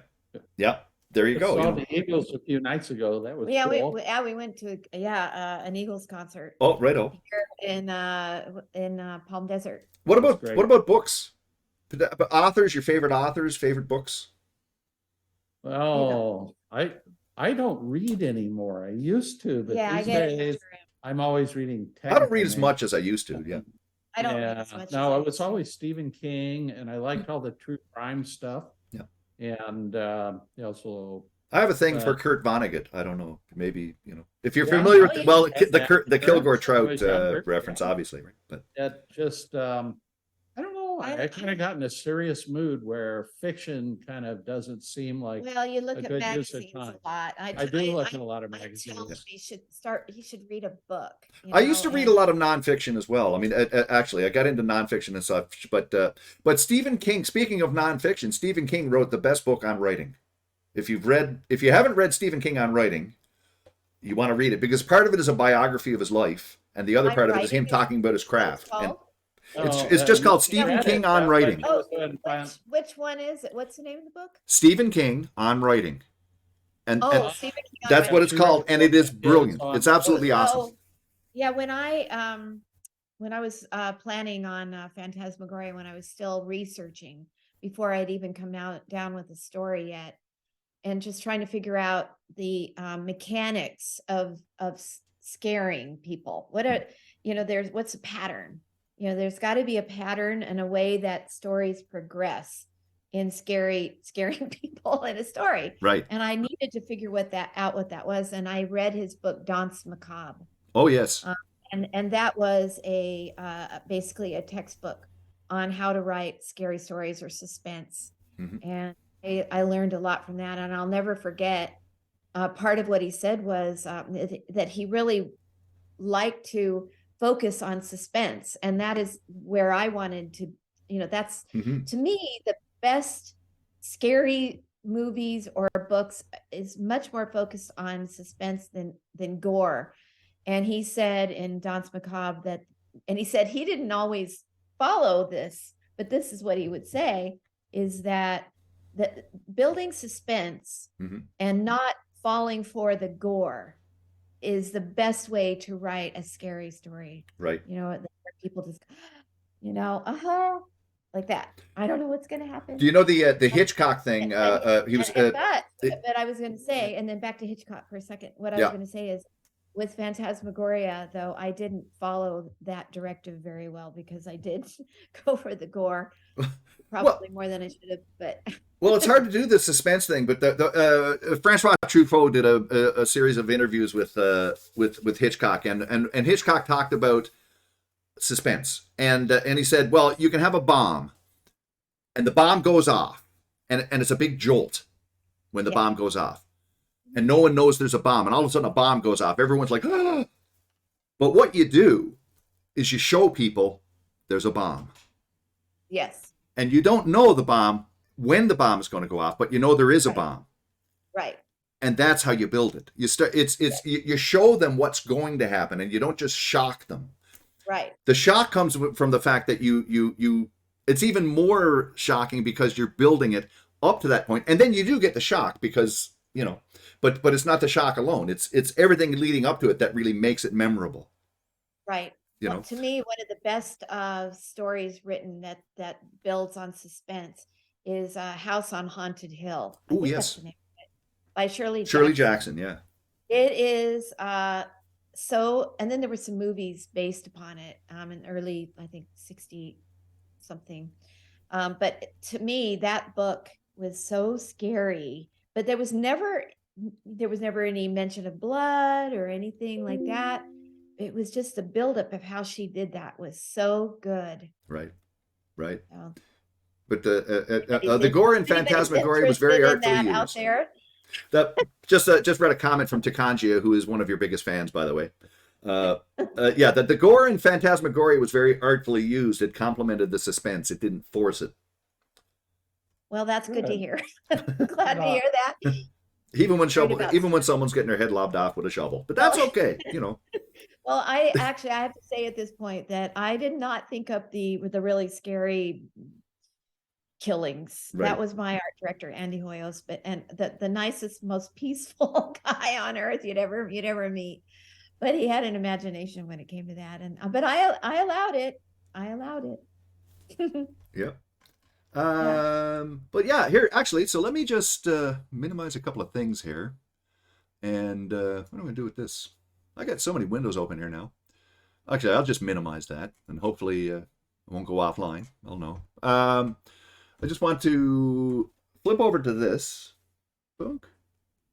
And, oh, yeah, one of the things I wanted to do first. There you are again, look. Here's one of the things I wanted to do first. For those of you who have never seen the original, I have this, which is, this is what people saw with Adventure or Collossal Cave. And by the way, you can get this for free. On the Microsoft Store, they offer this thing for free. I think it's their version of the game, which they got from... again, released, I think in 1980. I think they got it through Will Crowther, and they might have gotten it through Don Woods. I'm not sure. Yeah. Because I think this is actually post the Don Woods, because he I think enhanced it and developed it. It has the whole 350 point thing, and he had it a lot actually. Probably. I actually saw a receipt from Microsoft where they paid $5,000 or something for the rights to publish this game. So, and I think that's about as much money as Crowther and Woods ever made off the game. Right. Even though I guess Atari made a cart that sold like 1 million units. And I never even made the connection, you know, from years ago. I remember seeing like in the Atari 2600 or whatever it was, and seeing Adventure. And I never made the connection that was this. Yeah, and then also Zork. And Zork, is essentially a takeoff of Collossal Cave. Yeah. Do you want to? I don't have a receipt. Go ahead. No, but I was just going to say here. Would you like Do you need instructions? Not really. I want to say right now, when our game does the same thing, it says, "Would you like to take instructions?" Answer yes. Yeah. At least at the beginning. Yeah, exactly. We explain it. It's buried in the code, Yeah. but the game behaves differently if you take instructions. And at first you want to do it. Right. Yeah. You won't get your 350 points. I was never big on that. You know, I didn't need to get all the points. Yeah, you won't get your 350 points if you do that. But if you want to go for the 350 points, then you don't take instructions.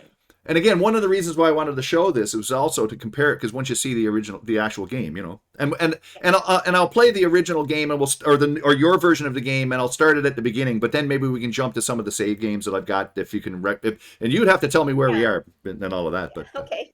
But would you like instructions? Nah. You're standing at the end of a road before a small brick building. This is almost as infamous as the Zork one, you know, like the mailbox, right? Around you is a forest. A small stream flows out of the building and down a gully.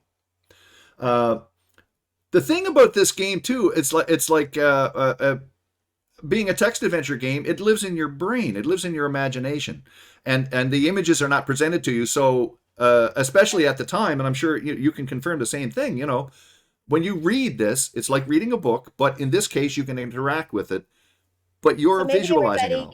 Maybe everybody can imagine right now what it looks like in your head. You're standing at the end of a road before a small brick building. Around you is a forest. A small stream flows out of the building and down a gully. So what are you seeing in your head at this point?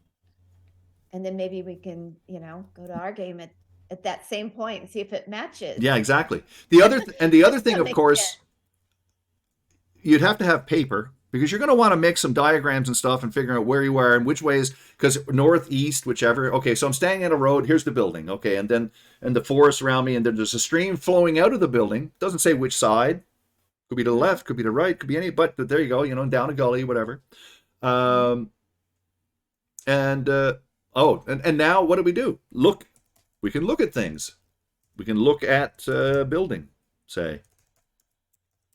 So right away, I don't understand that. You can only do two words. So you right. So you have to go look building. Right. And now that I've seen the source and the original, it tossed away anything but the bad grammar. Look Building? Look, house, try that. Look house, maybe. Even though it's not, yeah, see, exactly. Even though But it says building yeah, on there. look house, bad grammar. Oh, hey, what kind of version of this game do you have? Yeah. We, Okay, actually, what about help? I think help does, there you go. I know of places, actions, and things. Most of my vocabulary, you see, we've lost half the audience already because they're like, I don't want to read all this stuff. I know. They're going to go, this is boring. What is this, a game or a blog? What is this? Oh, it says, for example, building gets you to the building from anywhere above ground. This is kind of a modified version of the game. It must be. Yeah, well, this is the Microsoft version of the game, right? So yeah, this, we have the original Yeah. Fortran, and definitely the game understands building. Of course. yeah, it should, unless for some reason, Yeah. unless it's not, unless it's just you can look. try go building, and I think it'll get you there, You and could- then you can look. You could try that. Go building. Go building. Oh, maybe, yeah, maybe we have to get up to Maybe it. you're too far away Yeah, for it. For the there we original. go. You're inside the There building. you go. Now you have to get a little closer. I guess. Right, so we're inside the building, a well house for a large spring. There are some keys on the ground here. There's a shiny brass lamp nearby. There's tasty food here. There is a bottle of water here. So we could, I don't know if it's get or take. Try. We'll say, Either way. exactly, you have to just, that's the whole thing. You have Yeah, to try you it. have to try it. Get, take, what am I doing here? Get keys. See, I can't type. Okay, so now we have the keys, right? Now, how do you get That to, was the big how do you innovation. check your inventory? I forgot. Try INV. Try for INV? inventory. How about just I? Try inventory. Just I. Oh, yeah. Oh, okay. You're currently holding Yeah, Follows INFOCOM, set of their keys. parsing when they did SORC, which is based on this, Yeah. they allowed you to say things like take everything except the keys, and that was kind of their big Yeah, they built innovation. Right. up, they Yeah, they built up the parsing. parser. See Right. if it'll take get all. Or get all, yeah. Yeah, the Huh? INFOCOM, without Nope. you'll We have don't to know it. get one thing at a time. Yeah. So this is the other thing with this game too. Now, I mean, like for example, when you played Colossal's Cave originally, there was no manual. No manual. No. There was just, here's the game, and there you are, and then you and you could do the help, so you could find out what the thing is. So you basically had to figure out how to play the game, and Yeah. figure out what the parser was, and figure out all the different things. So we What would have words to, it do. so we would have to get everything. I'm just going to do this here. Get lamp. Okay. What else we got? Well, we can take the food and the water. That's the other thing. You have a limited. Lamp. We can light The the lamp. lamp, right? Well, did you get You the probably lamp? I have the Yeah. lamp. Yeah.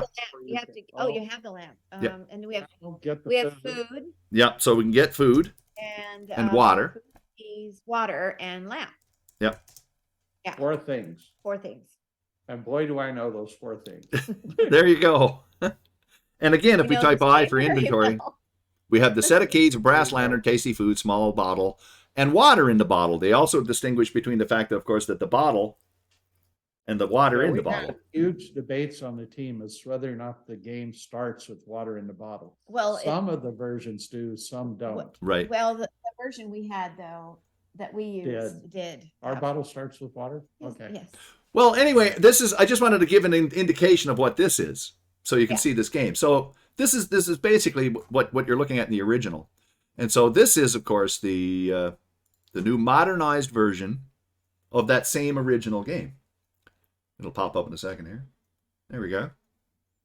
Orbeez also. Oh, I have to Okay. Say that. There we go. And a little load up. The learn as you go mechanic isn't exactly foreign. Remember, Minecraft started without a guide, which is true. Hey, go ahead and just click. Okay, so I'm doing it in 1600 by 900 because I can see my chat and all this other stuff. But any resolution that you want, and you can have it open. All of that. Press any key. We'll look at this first. This lovely animation. That simple word, press any key to skip, got us in trouble with Nintendo and Sony and Xbox because they each 'Cause they don't have have their any own keys. trade. They don't have keys. They don't have keys. They don't have an any key either. So No. Is there sound that people can Well- hear on your end, or yeah, they'll hear this. They hear the sound. You probably can't. they hear the sound? No, we Yeah, don't hear. yeah, it. because it's just because of OBS and linking it out in Zoom, and I'm not sure how to get the audio into Zoom that doesn't interfere Okay. with and all of this loopiness. But thankfully with this game, there isn't, I mean, you won't hear the narrator, and all that, but there is audio. It's a tad loud. I can turn that down. Oh, they won't be able to hear the narrator? No, they will. You won't. Oh, yeah. No, that's okay. I think more. Throw me your water. No, back. Oh, wait a minute. Here, actually, is the audio fine? Yeah, it should be okay, I think. It could have just been that. We'll see. It should be okay, but if not, I can always drop the volume on it a little bit. But anyway, let me just do new game. And it should come up with the original. Yeah, here we go. So Collossal Cave 2023 is replicating the historical text-based game experience and wit. Before beginning, here's an important tip. Taking instructions will cost you 5 points, but will allow you to spend more time, more exploration time, because your lamplight will last longer than, or more than twice as long. And this is helpful when learning the game or forming your strategies. And however, deciding that you're ready to play with the intent of earning the coveted 350 point score, you can't take instructions because of the need of keeping those 5 points. And one last warning, in choosing not to take instructions and keeping those 5 points, you will also have much less lamplight. This strategy should be used by well-practiced players who are ready to try for the maximum 350 point score. This is the other thing, too. I mean, in the original game, you're supposed to play it more than once. You're going to play it, and then you'll play it again and go.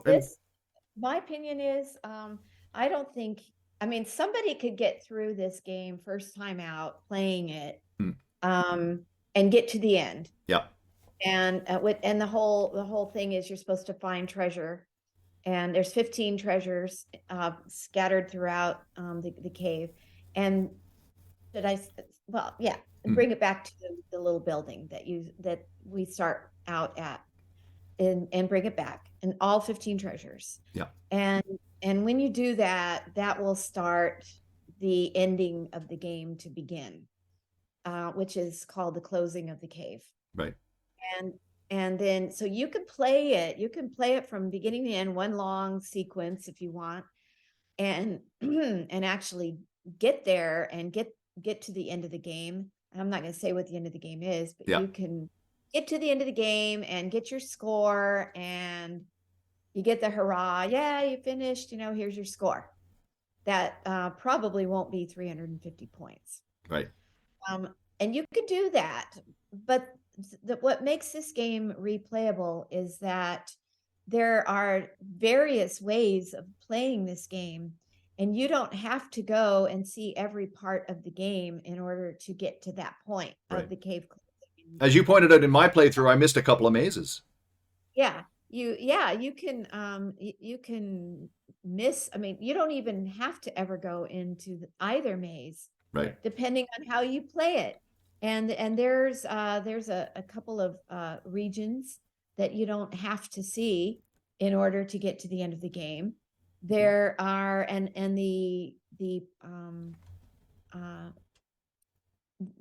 when you, whatever treasures you get in whatever order you want to get them is up to you. And there's a lot of randomness.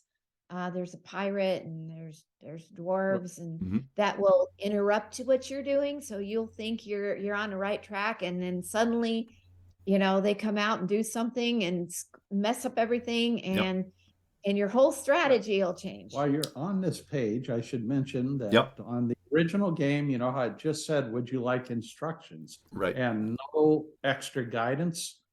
When we first released this game, we had it like that. And we got pinged in a bunch of reviews. And then we added that paragraph above. And that's really the biggest, most important change we made as far as affecting reviews. It was funny because all of a sudden the reviews suddenly came up. The reviews, because most people didn't want to take instruction. They just wanted to get into it. Right. So I want to get, and if you don't take instruction at the beginning of a new game, this is a brand new game. Yeah. You only get 330 moves. Right. And that's a whole nother thing about moves. But if you do take instruction, you get 1,000 moves of lamplight, meaning lamplight. Right. And so people were not taking instruction, and they were only getting 330 moves of lamplight. They So- were getting killed. So they would Yeah. start through the cave, and then all of a sudden, you know, They'd save game, they had restore game, and because they hadn't taken instructions, they still didn't have much. they did, and they thought that Power was a in their bug. Anyway, Or, go on. I didn't. Right, That's- right. No, exactly. Well, I was going to Those point out. subtle things so we put this in there to can explain. make a huge difference. Yeah. And I was In going to point out original one of the games, they don't advantages. tell you this. One of the advantages today is that in a lot of games, you start the game up, and it'll show you how to play. It'll describe where you go, or what you have to do, how the interface works, all this, and it'll describe it all and whatnot. But and I think that's a good thing. Back in the day, we used to have to do a thing called read the manual, which is right. You had to read the manual because again, some of these games, if they had to incorporate instruction into the game itself, well, then it would take more disks, more space, all of that.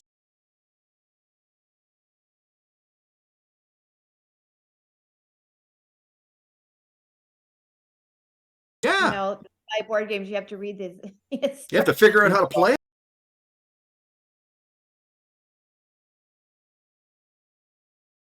Oh, but I think that's what a lot of people would expect. Oh, well, I'm going to try this game then. Okay. And then suddenly they're like, wait a minute, you know, but anyway, so we're going to take instructions. Why not? Somewhere And nearby is Collossal Cave, this is being read, by the way. where others have found fortunes in treasure and gold. It is rumored that some who enter are never to be seen again, and magic is said to permeate the cave. I know of places, actions, and things. Take me with you, and I will be your eyes and hands. Keep watch on your compass. It will guide you through the cave. I know of a few special objects, such as a black rod hidden in the cave. Good that you mentioned the Take black these rod, objects by the and way. Carry them in your I inventory, know. which will show you Yeah, the that's items the you're toughest carrying. puzzle in the game. Some That's objects though in have the side original effects. game they put that For in. instance, the so- rod scares the and bird. I'm glad they did. And I usually, kept it. people unsuccessfully manipulating an object are attempting something beyond their or my capabilities, and should try a different tack. There we go. And you could very easily miss that. If you're walking around through the game, it's very easy to miss. But when you know you have to look for it, you know, it's. But again, it's taking this old game where it didn't necessarily. Well, it did mention that though. You were saying, right? It did. In the original, right? This You know. did, yeah. Doug said he didn't have a hint there at the beginning, and it was stumping everybody. So Everybody. he knew he had to go back and do something. So they added that. So they at added the that. So beginning. we picked Yeah. it up. Yeah, we picked it up. Yeah, and it also points out some of the issues with the original game, you know. But of course, it's like I was going to say earlier, it's like having a replica of the Model T or something that's built today, and people are complaining that it won't go 100 miles an hour. You know, it's like Right. it's no, this is a It's Model not as T, and you can modern drive it. as not as modern as maybe people wanted it to be or thought it would be. But that's because it wouldn't be, and it wouldn't feel like Colossal Cave if we had done too much changing or modernizing it. So we modernized it, of course. Yep. But only to a certain extent, just Right. so it would still feel like itself. Well, That was important. Story I heard recently about the birth of the game was that it wasn't built with commercial intent. Crowther built it for his daughters, and because he happened to be working on ARPANET, I mean, he was one of the fathers of the ARPANET that became the internet. Mhm. He had it on his computer, and somebody discovered work, it at at work. work, and somebody discovered it, and it went to all the other colleges around the nation. Mhm. And became kind of a cult hit because it was, but it never would have been discovered. I mean, he wasn't, he didn't promote He it. didn't do it on purpose. He Yeah, just it just he got, was developing it on his business. He was working at a place called Bolt, Baranek, and BBN or something. like Newman that. and Yeah. Newman, Mhm. BBN, that is now part of Raytheon. So it was the first pirated Um, game. Yeah, Way but back. he left it on his work computer because he was working on the ARPANET, and the ARPANET was in a lot of science labs across the country and maybe even in the world, but and in universities and such, and people saw it and what is this, you Yeah. know? That's where I And so- played it. That's where Yeah. at the local university. Yeah. You know. So far, everybody thinks our game's a text game. Well, Yeah. exactly. Now I can just jump ahead and go start game, I guess. Okay. Okay, Yeah. Right. yeah. And then we're taken to You don't want to this. bore people too Yeah. much. Yeah, exactly. But anyway, before we begin, this game, Collossal Cave, can automatically map your journey, which I think is that auto mapping is awesome for any number of reasons. So many games in the past, I wish you could auto map. Yeah. But we drew maps. I drew maps, and everybody still to this day, you still love drawing maps and whatnot. But it's kind of nice to not have to. You know why we added the mapping is because of VR. We At first, we weren't going. You're wearing to. a headset. You can't draw a map, and you can't refer to your map. Right. And once we did the maps, we said, "Hey, this is kind of cool. Maybe we should put them in the desktop version." And Yeah. we did. Yeah, and also. And it's a good thing. And also, I think it's an important modern convenience that actually does not change anything in the game. No, Right. It's still the same game. The game is the same, and it's going to show you, okay, well, this is north. This is where you were. If you want to get back to that place, it's over here. Oh, okay, so I go that way. Okay, good. Yeah. Instead of thinking, was it east, west? Where's my notes? Oh, the cat got Right. it. Like whatever. Right. Well, and the next question was also kind of like that, in that everything normally is unique to a game. But we thought about it. We said, if you're starting over, you shouldn't. If you were using a pencil paper for map, Right. you wouldn't lose your map. You'd still have your map. Right, and you would play it again There'd be anyway. the option of clearing it or keeping it going. And you'll notice I've got it unchecked. So there you go. But I could now, if I'm pretty sure if I check this yes, and I could show it doesn't matter anyway. But if we load some of my early save games, it's going to have the original settings. The map will be gone. So it'll be gone. Oh, Yeah, so so- even my save games, the maps will be gone. So Oh. don't check it. No, I'm not going to do Okay. that. No. Yeah, what we should have done was put in like a profile system. But that we that's just but didn't. that's for if you're somebody else wants to play your game in the family, perhaps, and then Yeah. they could have their own map. Yeah. Right. So they don't have your map. Okay. Right. Yeah. Right. Let's go convince them it's not a text game. So let's just go apply, and this will be fine. And suddenly here we are, and this is the house. You are standing at the end of a road. And the narrator's Small narrating here. building. Yeah, now Around the you text is a you have on forest. the bottom is A small subtitle. stream If flows for out of the some reason building you don't and want down a text, gully. You can go into your settings and not have it. Right. But if you want, I preferred playing with it. But Yeah, so do I, yeah. I watch movies with subtitles, and it's not because I'm deaf. But you don't have to, have it. You can not have it or have it. It's yeah. up to you. It emphasizes what you're hearing. And you understood what you heard, and there it is, and it's just It helps reinforce what you heard as far as exits and directions to go and right. and stuff.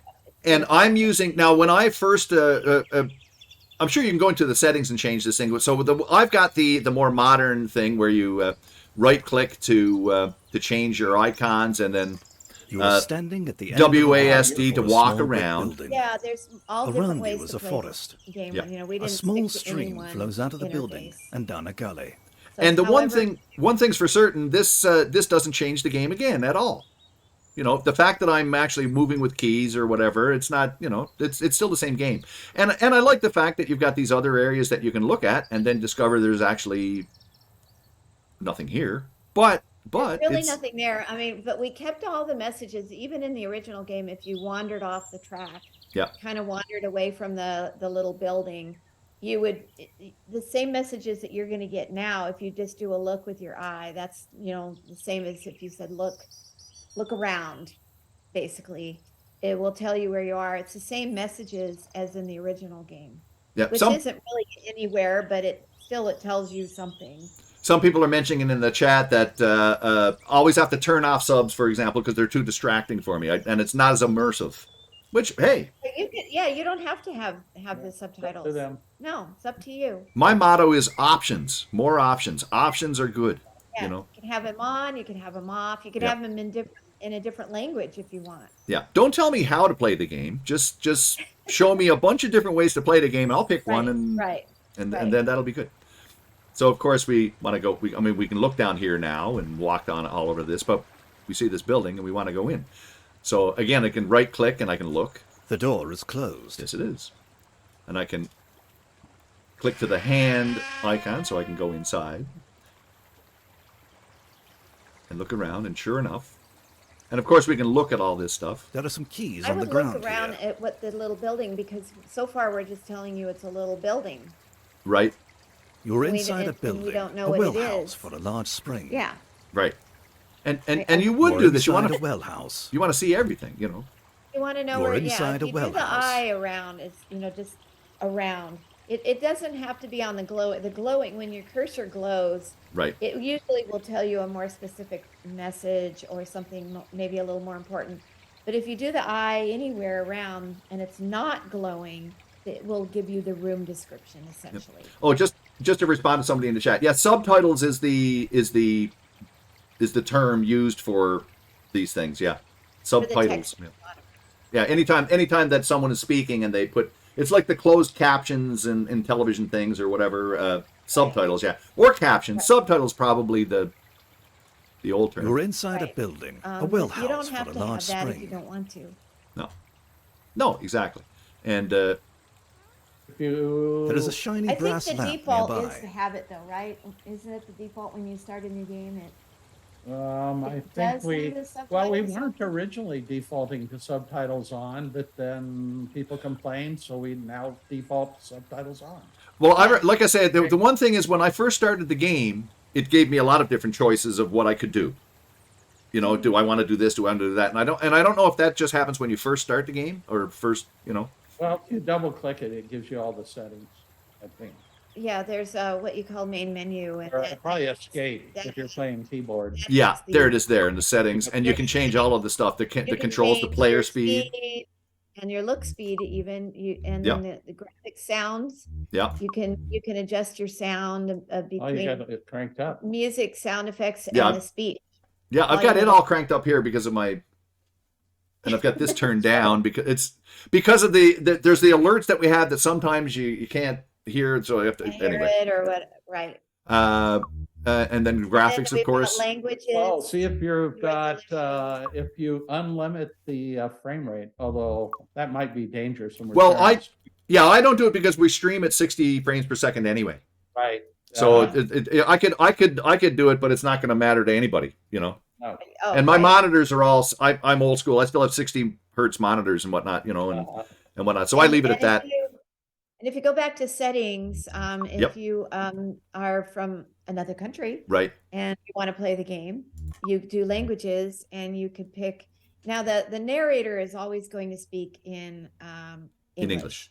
Yeah. But the subtitles will be there for you to be able to read what he's saying. Right. And I the forget the other language. dialogue. Someone mentioned, are you going to have this language or whatever? I mean, it's going There's a to. I lot mean, of languages, We have how many? 13? 13, languages. including Arabic, which Yeah. was kind of a nightmare because the text goes backwards. Right. So we had to figure out how to do that. right. But anyway, so But- they're all there. Yep. And the subtitles, of course. Here you go. You can display the subtitles or not. right? You know. So it's all good.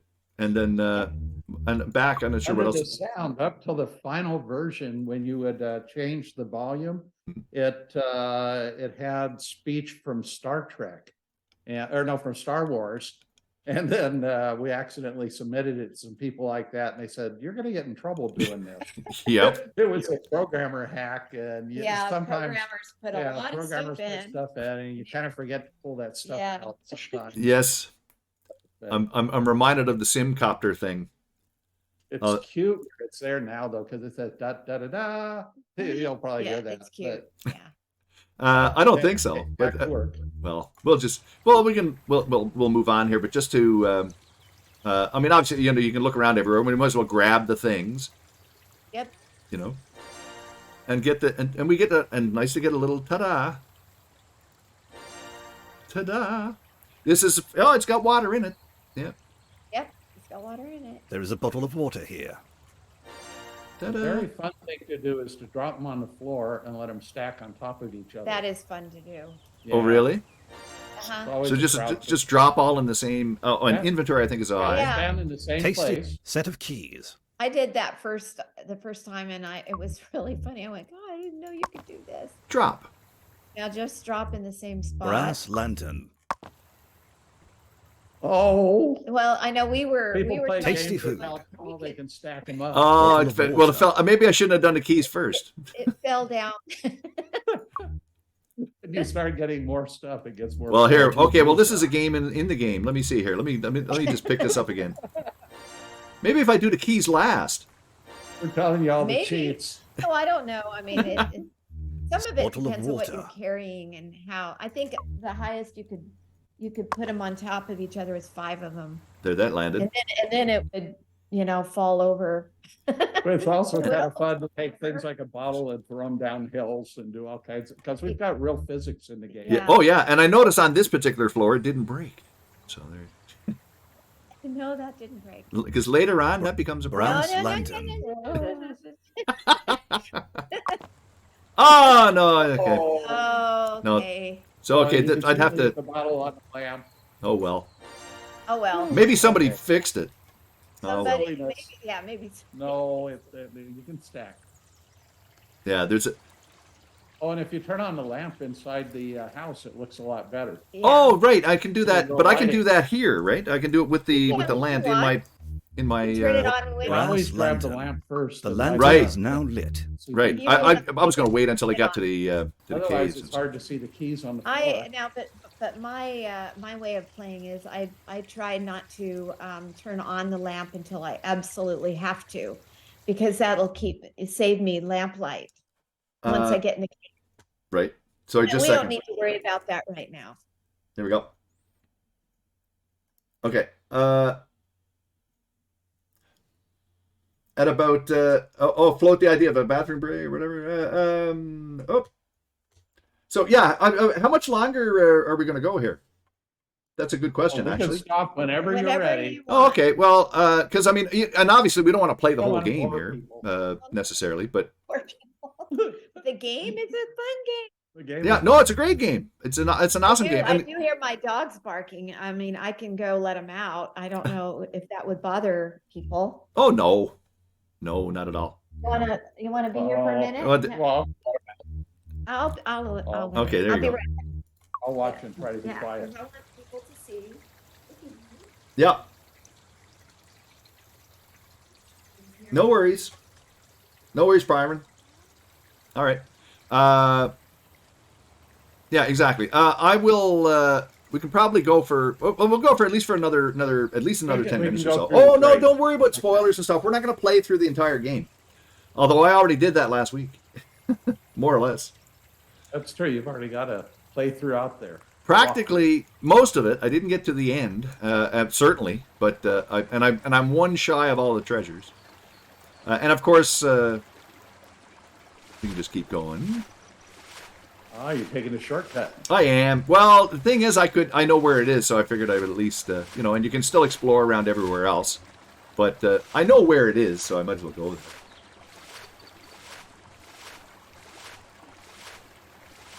And of course, this is only just the start anyway. But yeah, the game looks and plays fantastic. I think it's a really good job. The only thing I mentioned, as we were talking about before, it's just some modern gamers might pick this up and start to play in it, and then you realize pretty quickly that this is not a modern game. It looks like a modern game, but it's an old school game in a modern face, and so some of the things about it that you might expect in more contemporary games, a little more hand holding, a little more, And oh, where's the owl? Yeah, there's Al up in the tree. He doesn't do anything. We just kind of added him, but everybody likes him. Yeah. Well, again, it just adds to the atmosphere,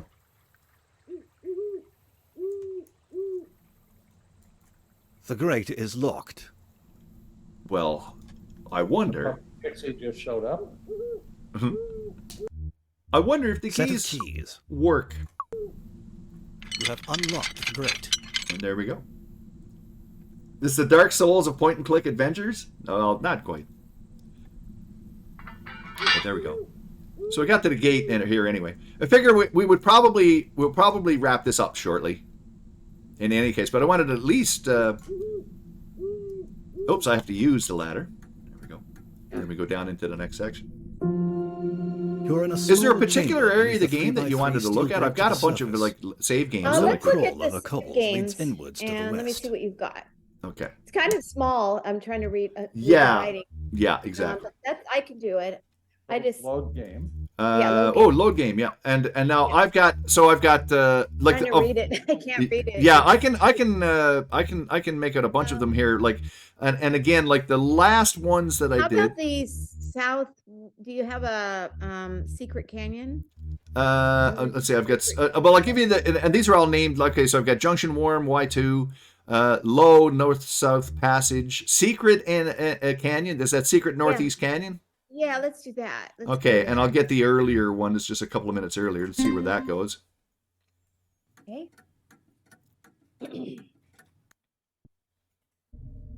And maybe I should check. And is this where you wanted to go? I can check and see what I've got in my inventory here. Right now, I've got my lamp, Brass lantern, dwarf's and the axe, dwarf's axe, Yeah. and I've got Plug and Zizzy and fee, Fee Fi Fo, fo. Oh, you also have plover. and have Plover too. Yeah. Oh, okay. So have you seen the dragon? Well, Yeah. you must have. That's a good question. I probably did. Yeah, I'll get right. I would have seen the dragon, right?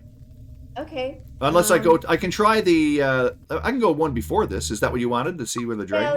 Was? Let's. What's the one before it? This is a Low North South Passage. See where that is. That was just There it a few minutes before. Let's see where this is. Okay. Oh yeah, because you started saving your game over the older ones. Yeah. Well, I went through. I covered everything. I'm a saveaholic.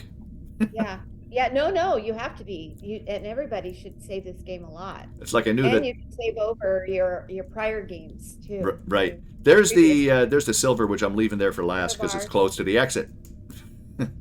So this is the Y2 place where I'm at right now. Yeah, you got clue already, I think. there. Okay. Should I go backwards somewhere else? Uh, Because we can go back through this. yeah, a lot of the stuff that you did that was the preliminary stuff you saved over. Yeah. Well, yeah. Well, this all goes back through here to this, like the sloping corridor and all of that, and then it's up on about. So this is the 20, like 514. Yes, this is 533, and then this is at 150. So this is like. Where's the beanstalk? Beanstalk is cool. Yeah, then we could do the beanstalk. Is that this one? Swiss cheese? No. Go to Swiss cheese. That's pretty good.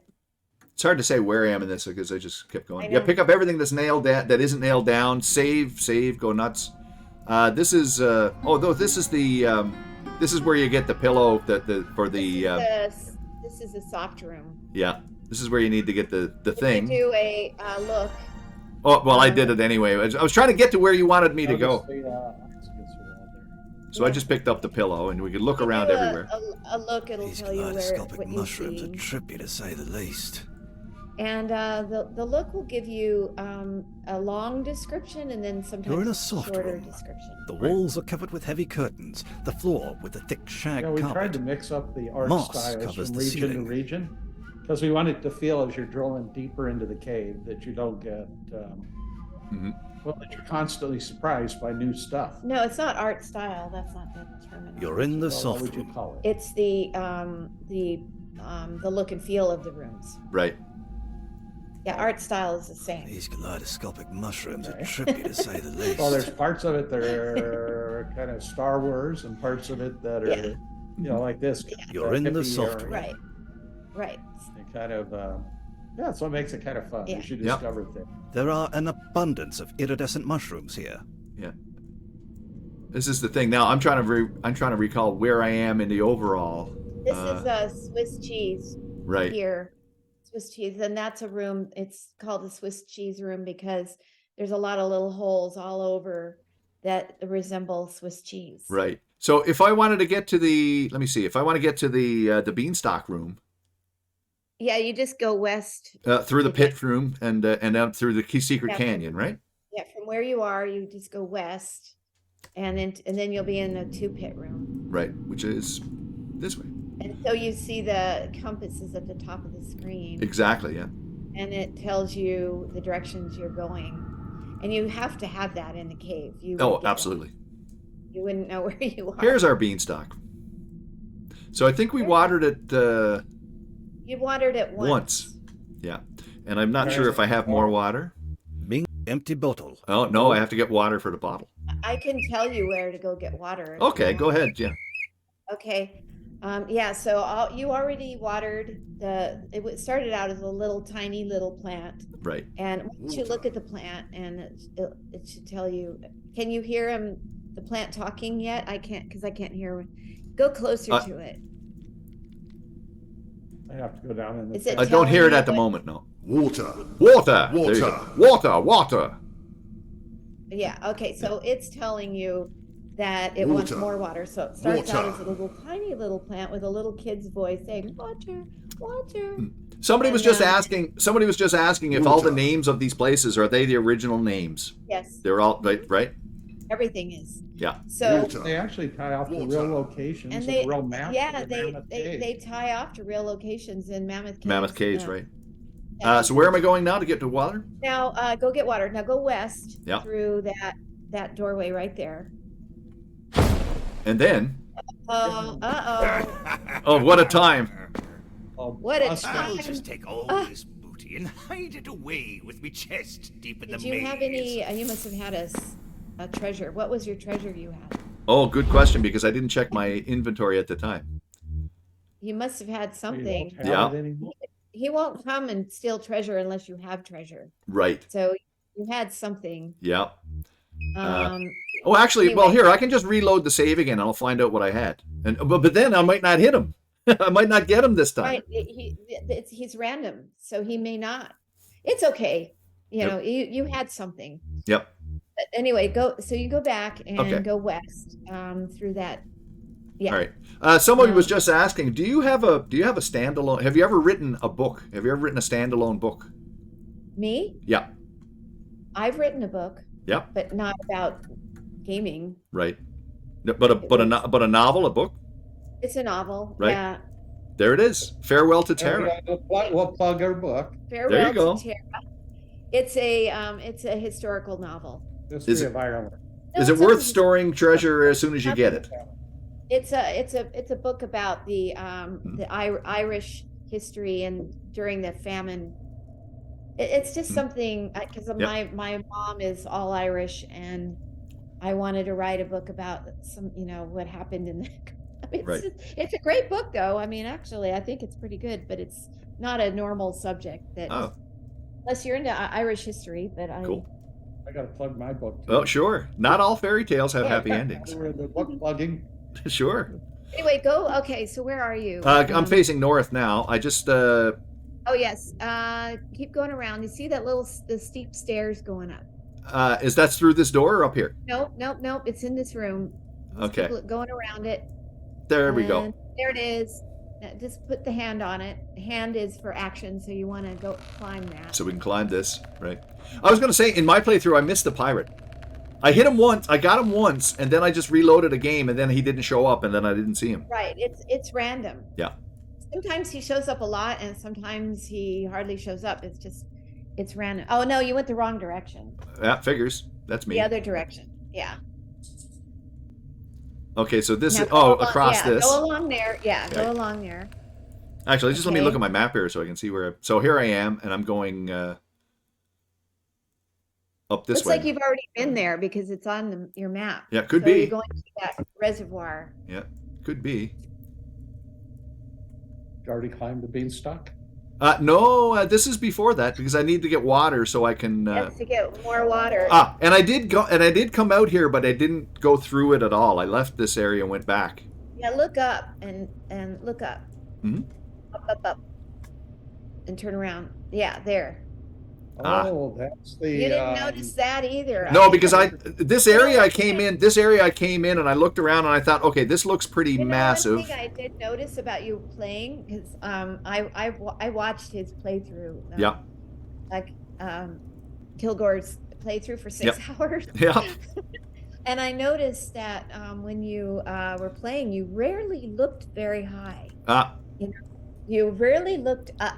Good point. And there's a lot of up. There's The things mirror up, is obviously and provided for the that use of the you dwarves, who, didn't- as you know, There were times when are there was extremely something and you were vague. looking, Yep. and I was saying, just look up, look up. You took some treasure back to the well house, and including the gold nugget, and you couldn't and you were looking at all the treasure you put There is a back in threatening dwarf. and you said, I know. A sharp knife that I is dropped." thrown. Oh, and here's another thing. missed. You never used your, go to the inventory real quick. Yeah. You never used the Dwarf's axe. axe. Go use the axe on him, right, real quick. Use it and then click on That it. is useless right now. Oh, because he Yeah, disappeared before. He missed anyway. Yeah, because I mean, again, my thing was I could just reload. Yeah. Yeah. So you never use, I told Ken, I said, he never used Velvet his axe. pillow. And and then Yep. and then remember when you were looking for your gold nugget in the well house and Yeah. you couldn't say, I know I put it there, and I was going, just look up, it's on the upper shelf. On the upper shelf, yeah. It's not yeah. upper. So But yeah, so I saw that the thing there now. No, I can't lower this thing though. that's a mirror. No, but you see it from the other side, That- but I can't tell you that. Right, it's a, right. It's a two-sided mirror, Right. and there's two lit windows there. You can see. Right. Anyway. Yep. Behind you is the reservoir. Right. So I can get water here. Yes. You can I get guess water. anywhere, and then just get my bottle Empty Yeah. bottle. and use it. And it glows when Empty you can bottle. use Oops. it somewhere. I didn't do that. I didn't actually use it. You have to click. Your bottle is now full. There we go. And it goes automatically back Yeah. in my inventory. There you go. And now I can go back. Now you can go back. Okay, we'll climb the beanstalk and Yes. call it a And day. then you're ready. And call it a day. Yeah. Ken only has so much patience. Hey, I could got sit you. Yeah. Well, I could sit forever, but Ken is a busy, whatever kind of guy. yeah. It's 2 hours and 48 minutes. No, you Yeah, I went know. wrong That's pretty direction. long. Dragon looks Yeah. Oh, the rather- dragon. There's the dragon. You'd best not try to Oh. get by. Did I did a wrong turn here, I think. I want to go back down the We'll deal with the dragon right now. yeah, there's the dragon thing. But Yeah. but I'll just leave him alone for now. Yeah, leave Well, I've him never alone. seen him from this side. We don't want to give away too much. I No, always go- but it'd be nice to where's We did give the away one thing by the reservoir here. And, Yeah. But I don't want to give Oh, away I too don't much. remember. oh, we can him use from- this and then we can go Yeah, down we these can steps, go. yeah. Did he? Came up him. That's Now it. he's going down.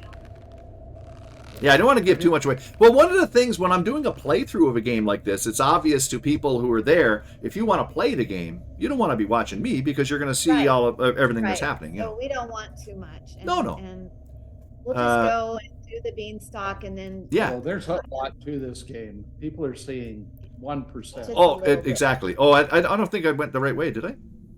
Yes. Oh, yes, I did. Here There it is a is. threatening dwarf. Uh-oh. A Now sharp you know what knife to is do thrown. now, Kilg0re. Well, It but he missed. missed Okay, again. did you? He missed Dwarf's again, but I'm axe.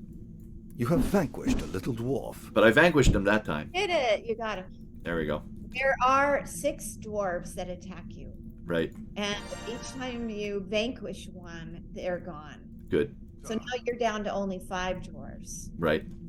And you can go through it, you can get them all, and then they won't bother Bottle you of anymore. water. Well, they can get truly annoying if you Water. don't. Yeah, so Yeah. you really Plant Yeah, 2 and grows 3 and 4 explosively, before enough almost to filling think the about bottom of this the is- pit. It's all original. That's the way the original game was. Now go down into the pit so you're a little closer. Yeah. And There. now I should be able to Kind of go down towards the base Can you of drop it. a bottle or something halfway up the beanstalk? I don't know. It's a good. I don't yeah, I have to use yeah, I want this to climb. That's an action. So go to your. yeah, but I have to be in the right spot for it.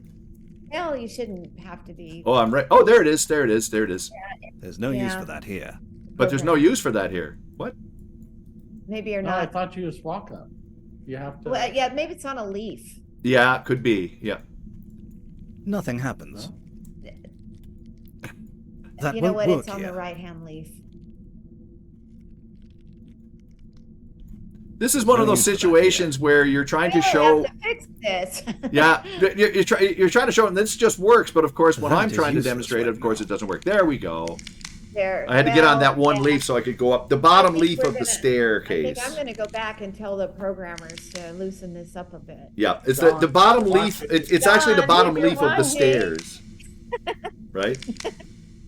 Yeah. So it should be able to click on any of the leaves, really. Now, there was a hole in this room that we didn't really focus on, but Mhm. this room is called 2 Pit. There's a big hole above this tiny little plant in this pit. And we comment on the hole, and if you click on the hole, we say, well, it's too high to reach. Right. Which is an obvious hint that, well, maybe you want to grow the beanstalk. Right. Right. Yeah. Well, but the other thing, like I say, is that the hints can be somewhat obscure. If once you understand, my thinking is always, once you know what you're supposed to do and you think back on the hint that you got and it makes sense, well, then there you go. Because you can be stumped and think, what the hell, what, and then you, you know. Right. Because you have to be, I mean, playing games like this, you have to be stumped at least most of the time. Yeah, you have to be stumped a bit and have to think about it. I remember when I first played Collossal Cave way back in the day, going to bed at night going, how do I get past the dragon? And I thought everything. Yeah. And then suddenly go, oh, but I didn't try. You find yourself in a and pantry, you want to get up and go do apparently for a very large person. Oh, this is the giant's pantry. You see a cavernous room to the north. Well, in any case, maybe we can just call it You're in here. the giant. Because otherwise we could play this game all night. Otherwise, you're gonna Cavernous passages lead east, north, and south. Any last question from the crowd or anything? Yeah, if there's any other questions that people have right now, then maybe we can go through a few questions and then we can call it a day. Is there going to be a PS VR2 version? Asks the integer. Absolutely. Yep. It's coming along nicely. Yep. Probably won't be out until April. Yep. But it's coming up. Yeah, Pest, if you had some questions, anyone else that had any questions, did you follow Paul Morgan Statler and Victoria Marshall play the games? They were online. Wow. They were online and they played through I think Phantasmagoria 1 and 2, I believe. Ah. I remember that when that occurred, but no, I should watch it on YouTube. That would be cool. Yeah, I'm not sure if I'm not mistaken, I don't think whoops, hang on. Now the questions are flying by here. I forgot her name. The one who played Adrienne. Victoria Marshall. Yeah. Apparently she never played the game. She never played the game? She never played the game. It was her first time playing the game. Well, she probably just lived it. So she probably didn't feel like she needed to play it. Exactly, yeah. So it was her first time playing it. Literally in every scene. So yeah, one of the funny trivias on that is because in every scene she's wearing that same orange t-shirt. Yeah. Yeah. For months she had to wear that same. I mean, she wasn't the same.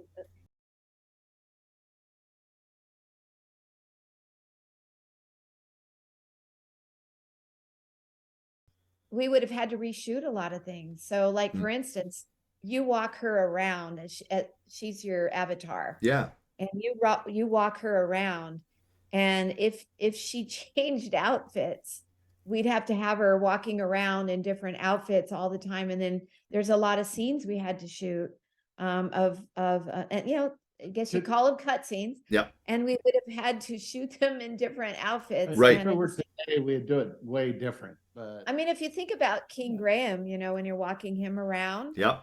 Or Laura Croft and you're walking her around, I don't think that they do a lot of clothes changing for the same reason. And they're animated figures. Yeah, but that's the difference, I guess. People see it as a live person, and the first thing that comes to mind is, why is she always wearing the same clothes? Right, but it's for the same reason. Yeah. And also, I figured, I thought orange, because especially in green screen stuff, to be a color that you're definitely not going to get messed up with when you're filming some of the stuff. Blue screen. Yeah. And so, and the clothes that she wore, or that her husband, Don, who was David Home in the game, everything, and the other characters, we made sure that whatever they wore would show up in front of the blue screen. Yeah. It reminds me of often when you watch movies and the roads are always wet, and people say, "What? Does it always rain?" Is it no? But just in case you're shooting a movie and it does rain, then you don't. It's continuity, right? Half the reason that's why, and it looks nice too. Especially if they shoot it in Seattle, that movie. Still looking for more questions, but all I'm getting are these people just saying how much they owe their childhood to you people. And Well, now we that- appreciate that. Honestly, we do. I'm glad to be, your sometime mother, maybe. I don't know. Maybe I helped in some small way. oh, of course, here's at this. Would you ever do a King's Quest like spiritual successor or follow up or anything? Or I think probably not, Mhm. because I did so many King's Quests, and I was running out of myths and legends and fairy tales. Right. Right. So yeah, I'm sorry to have to say that. No, but it's understandable though. I mean, and eventually it's not like it's not like a musician who has to, like Don McLean, who had to play American Pie every day of his life, or something like that. But Yeah, then again, because I you don't could think he go was back really in and- complaining, No, he probably wasn't. At least maybe for a while, but It's a good problem to have. yeah. Boris Karloff hated It's not even Frankenstein a until problem. Boris Karloff hated Frankenstein until he realized how his whole Yeah. career was Frankenstein. Exactly. Well, thank Right, you what very it much, Frankenstein. He could, because he was typecasted forever. He did hundreds of movies before Frankenstein, and then suddenly he's Frankenstein. Or on the other side of it, Bela Lugosi, who didn't do Frankenstein, he was offered and he turned it down because he didn't want to be in all the makeup. Regretted it till the day he died. All the But time. he Yeah. still had Dracula. So there you Yeah. go. They can't see your comments unfortunately because they're watching. Yeah, we can't see. Yeah. We can't see your comments. I'm sorry. Well, next time I'll try and figure a way to fit it in. So there you go. Oh yeah, and of course, is there any plans for another game of any kind? I mean, obviously there are plans. We don't know yet. Right. Hard to say. Yeah, it's not that we're being sneaky We're about not- it. we're not We trying haven't the vaguest We're idea. not trying to be coy on Right. Yeah, purpose. we ask each other our questions Yeah, every day. Yep. Right. We Yeah. I mean, the main thing that we've always said is that some of it was just how well Collossal Cave does, Right. not because we were trying to hold that over people's heads, like, Right. well, if you don't buy this, we're not going to do. Sure. Not that. It's just more, did we have a good understanding of games today and what people want or would want in a game? Because think about it, we were gone for 25 years and then suddenly just pop right back in, like we think we know what we're doing, after 25 years. Well, and so doing Collossal Cave and redoing it was kind of an experiment, if you think about it. Yep. And to help us bring us back into it, it was a really good project for us to do if we were to think of getting back into it. Just sort of get our Feet wet? feet Yeah. wet. Is that No, the I word? don't know. Get What's- reacclimated. yeah, or whatever, to get going again and see if we could even do it. I think we did a pretty good job with Mhm. Collossal Cave. Yep. It is an old game. Yep. And and we followed what that game is. We tried to make it look as modern as possible, and we could have done more, but I'm really the one that held us back, because I thought if we went too far and tried to modernize it too much, Yeah. it would lose, I thought, its charm Yep. of what it is, Yep. and being a historical game. So that's one reason why it kind of looks and feels like it does. Right. But that doesn't mean that we have no ability to understand modern games and, Certainly. come up to speed, Well, We can no, do that. of course, and Very also, it's like I don't know, it's sort of a new agey term, but it's going about things in an organic sort of a way where it grows out of necessity. It's sort of like if things sort of develop along the ways that they do, then we'll tend in that direction as opposed to Right. having a hard and fast. Right. So the answer is not. So if Collossal Cave, comes out and it's kind of, the first thing is, if it came out and was a big bomb, absolutely, we tuck our tail between our legs and slink off into the darkness and go, oh, we're sorry. And you But if also it's a big- And you also probably would expect some of the reaction that I'm sure that you did get of people, again, modern gamers who look at it and think, wait a minute, this is like, it's not this, it's not that, and this isn't right, and all that, because they're, and in my opinion, not that they're quote wrong, but it's not what your intention was in the game in the first place. No, that's not the intention, right? The intention was not to be that. Right. And so people who expect it to be that are mistaken, basically. Yeah, and they're going to be disappointed, but they're going to be disappointed, and they probably aren't going to be the people that would like to play this game. We never in our minds thought that this game was going to be, a big mass market, sure, hit. We never did. We know that it's an older game, and well, I bet you never thought like Mystery House would be a big hit, or anything, or back in the day. Yeah, Well, it's funny when you look at it now, it looks so awful. I mean, it does. But at the time, it was way ahead of its time because there was no graphical games at all. Right. Yeah. It was the very, very first computer game. And I use the word computer because it was only computers then. And it was only computers then. Yeah. And it was the first computer game to have graphics of any sort. Right. So the graphics we did are very primitive by looking at them now, but they were ahead of its time back then. Sure. Wozniak told me at the time, he just freaked out when he saw it. He didn't expect that there'd be graphics on Apple II. We have a letter by Steve Wozniak that he sent to Ken and I. He played Mystery House, and he wrote a letter to us and said, "I never thought our Apple II computer could do this." Right. And you look at it now and you go, "Ooh!"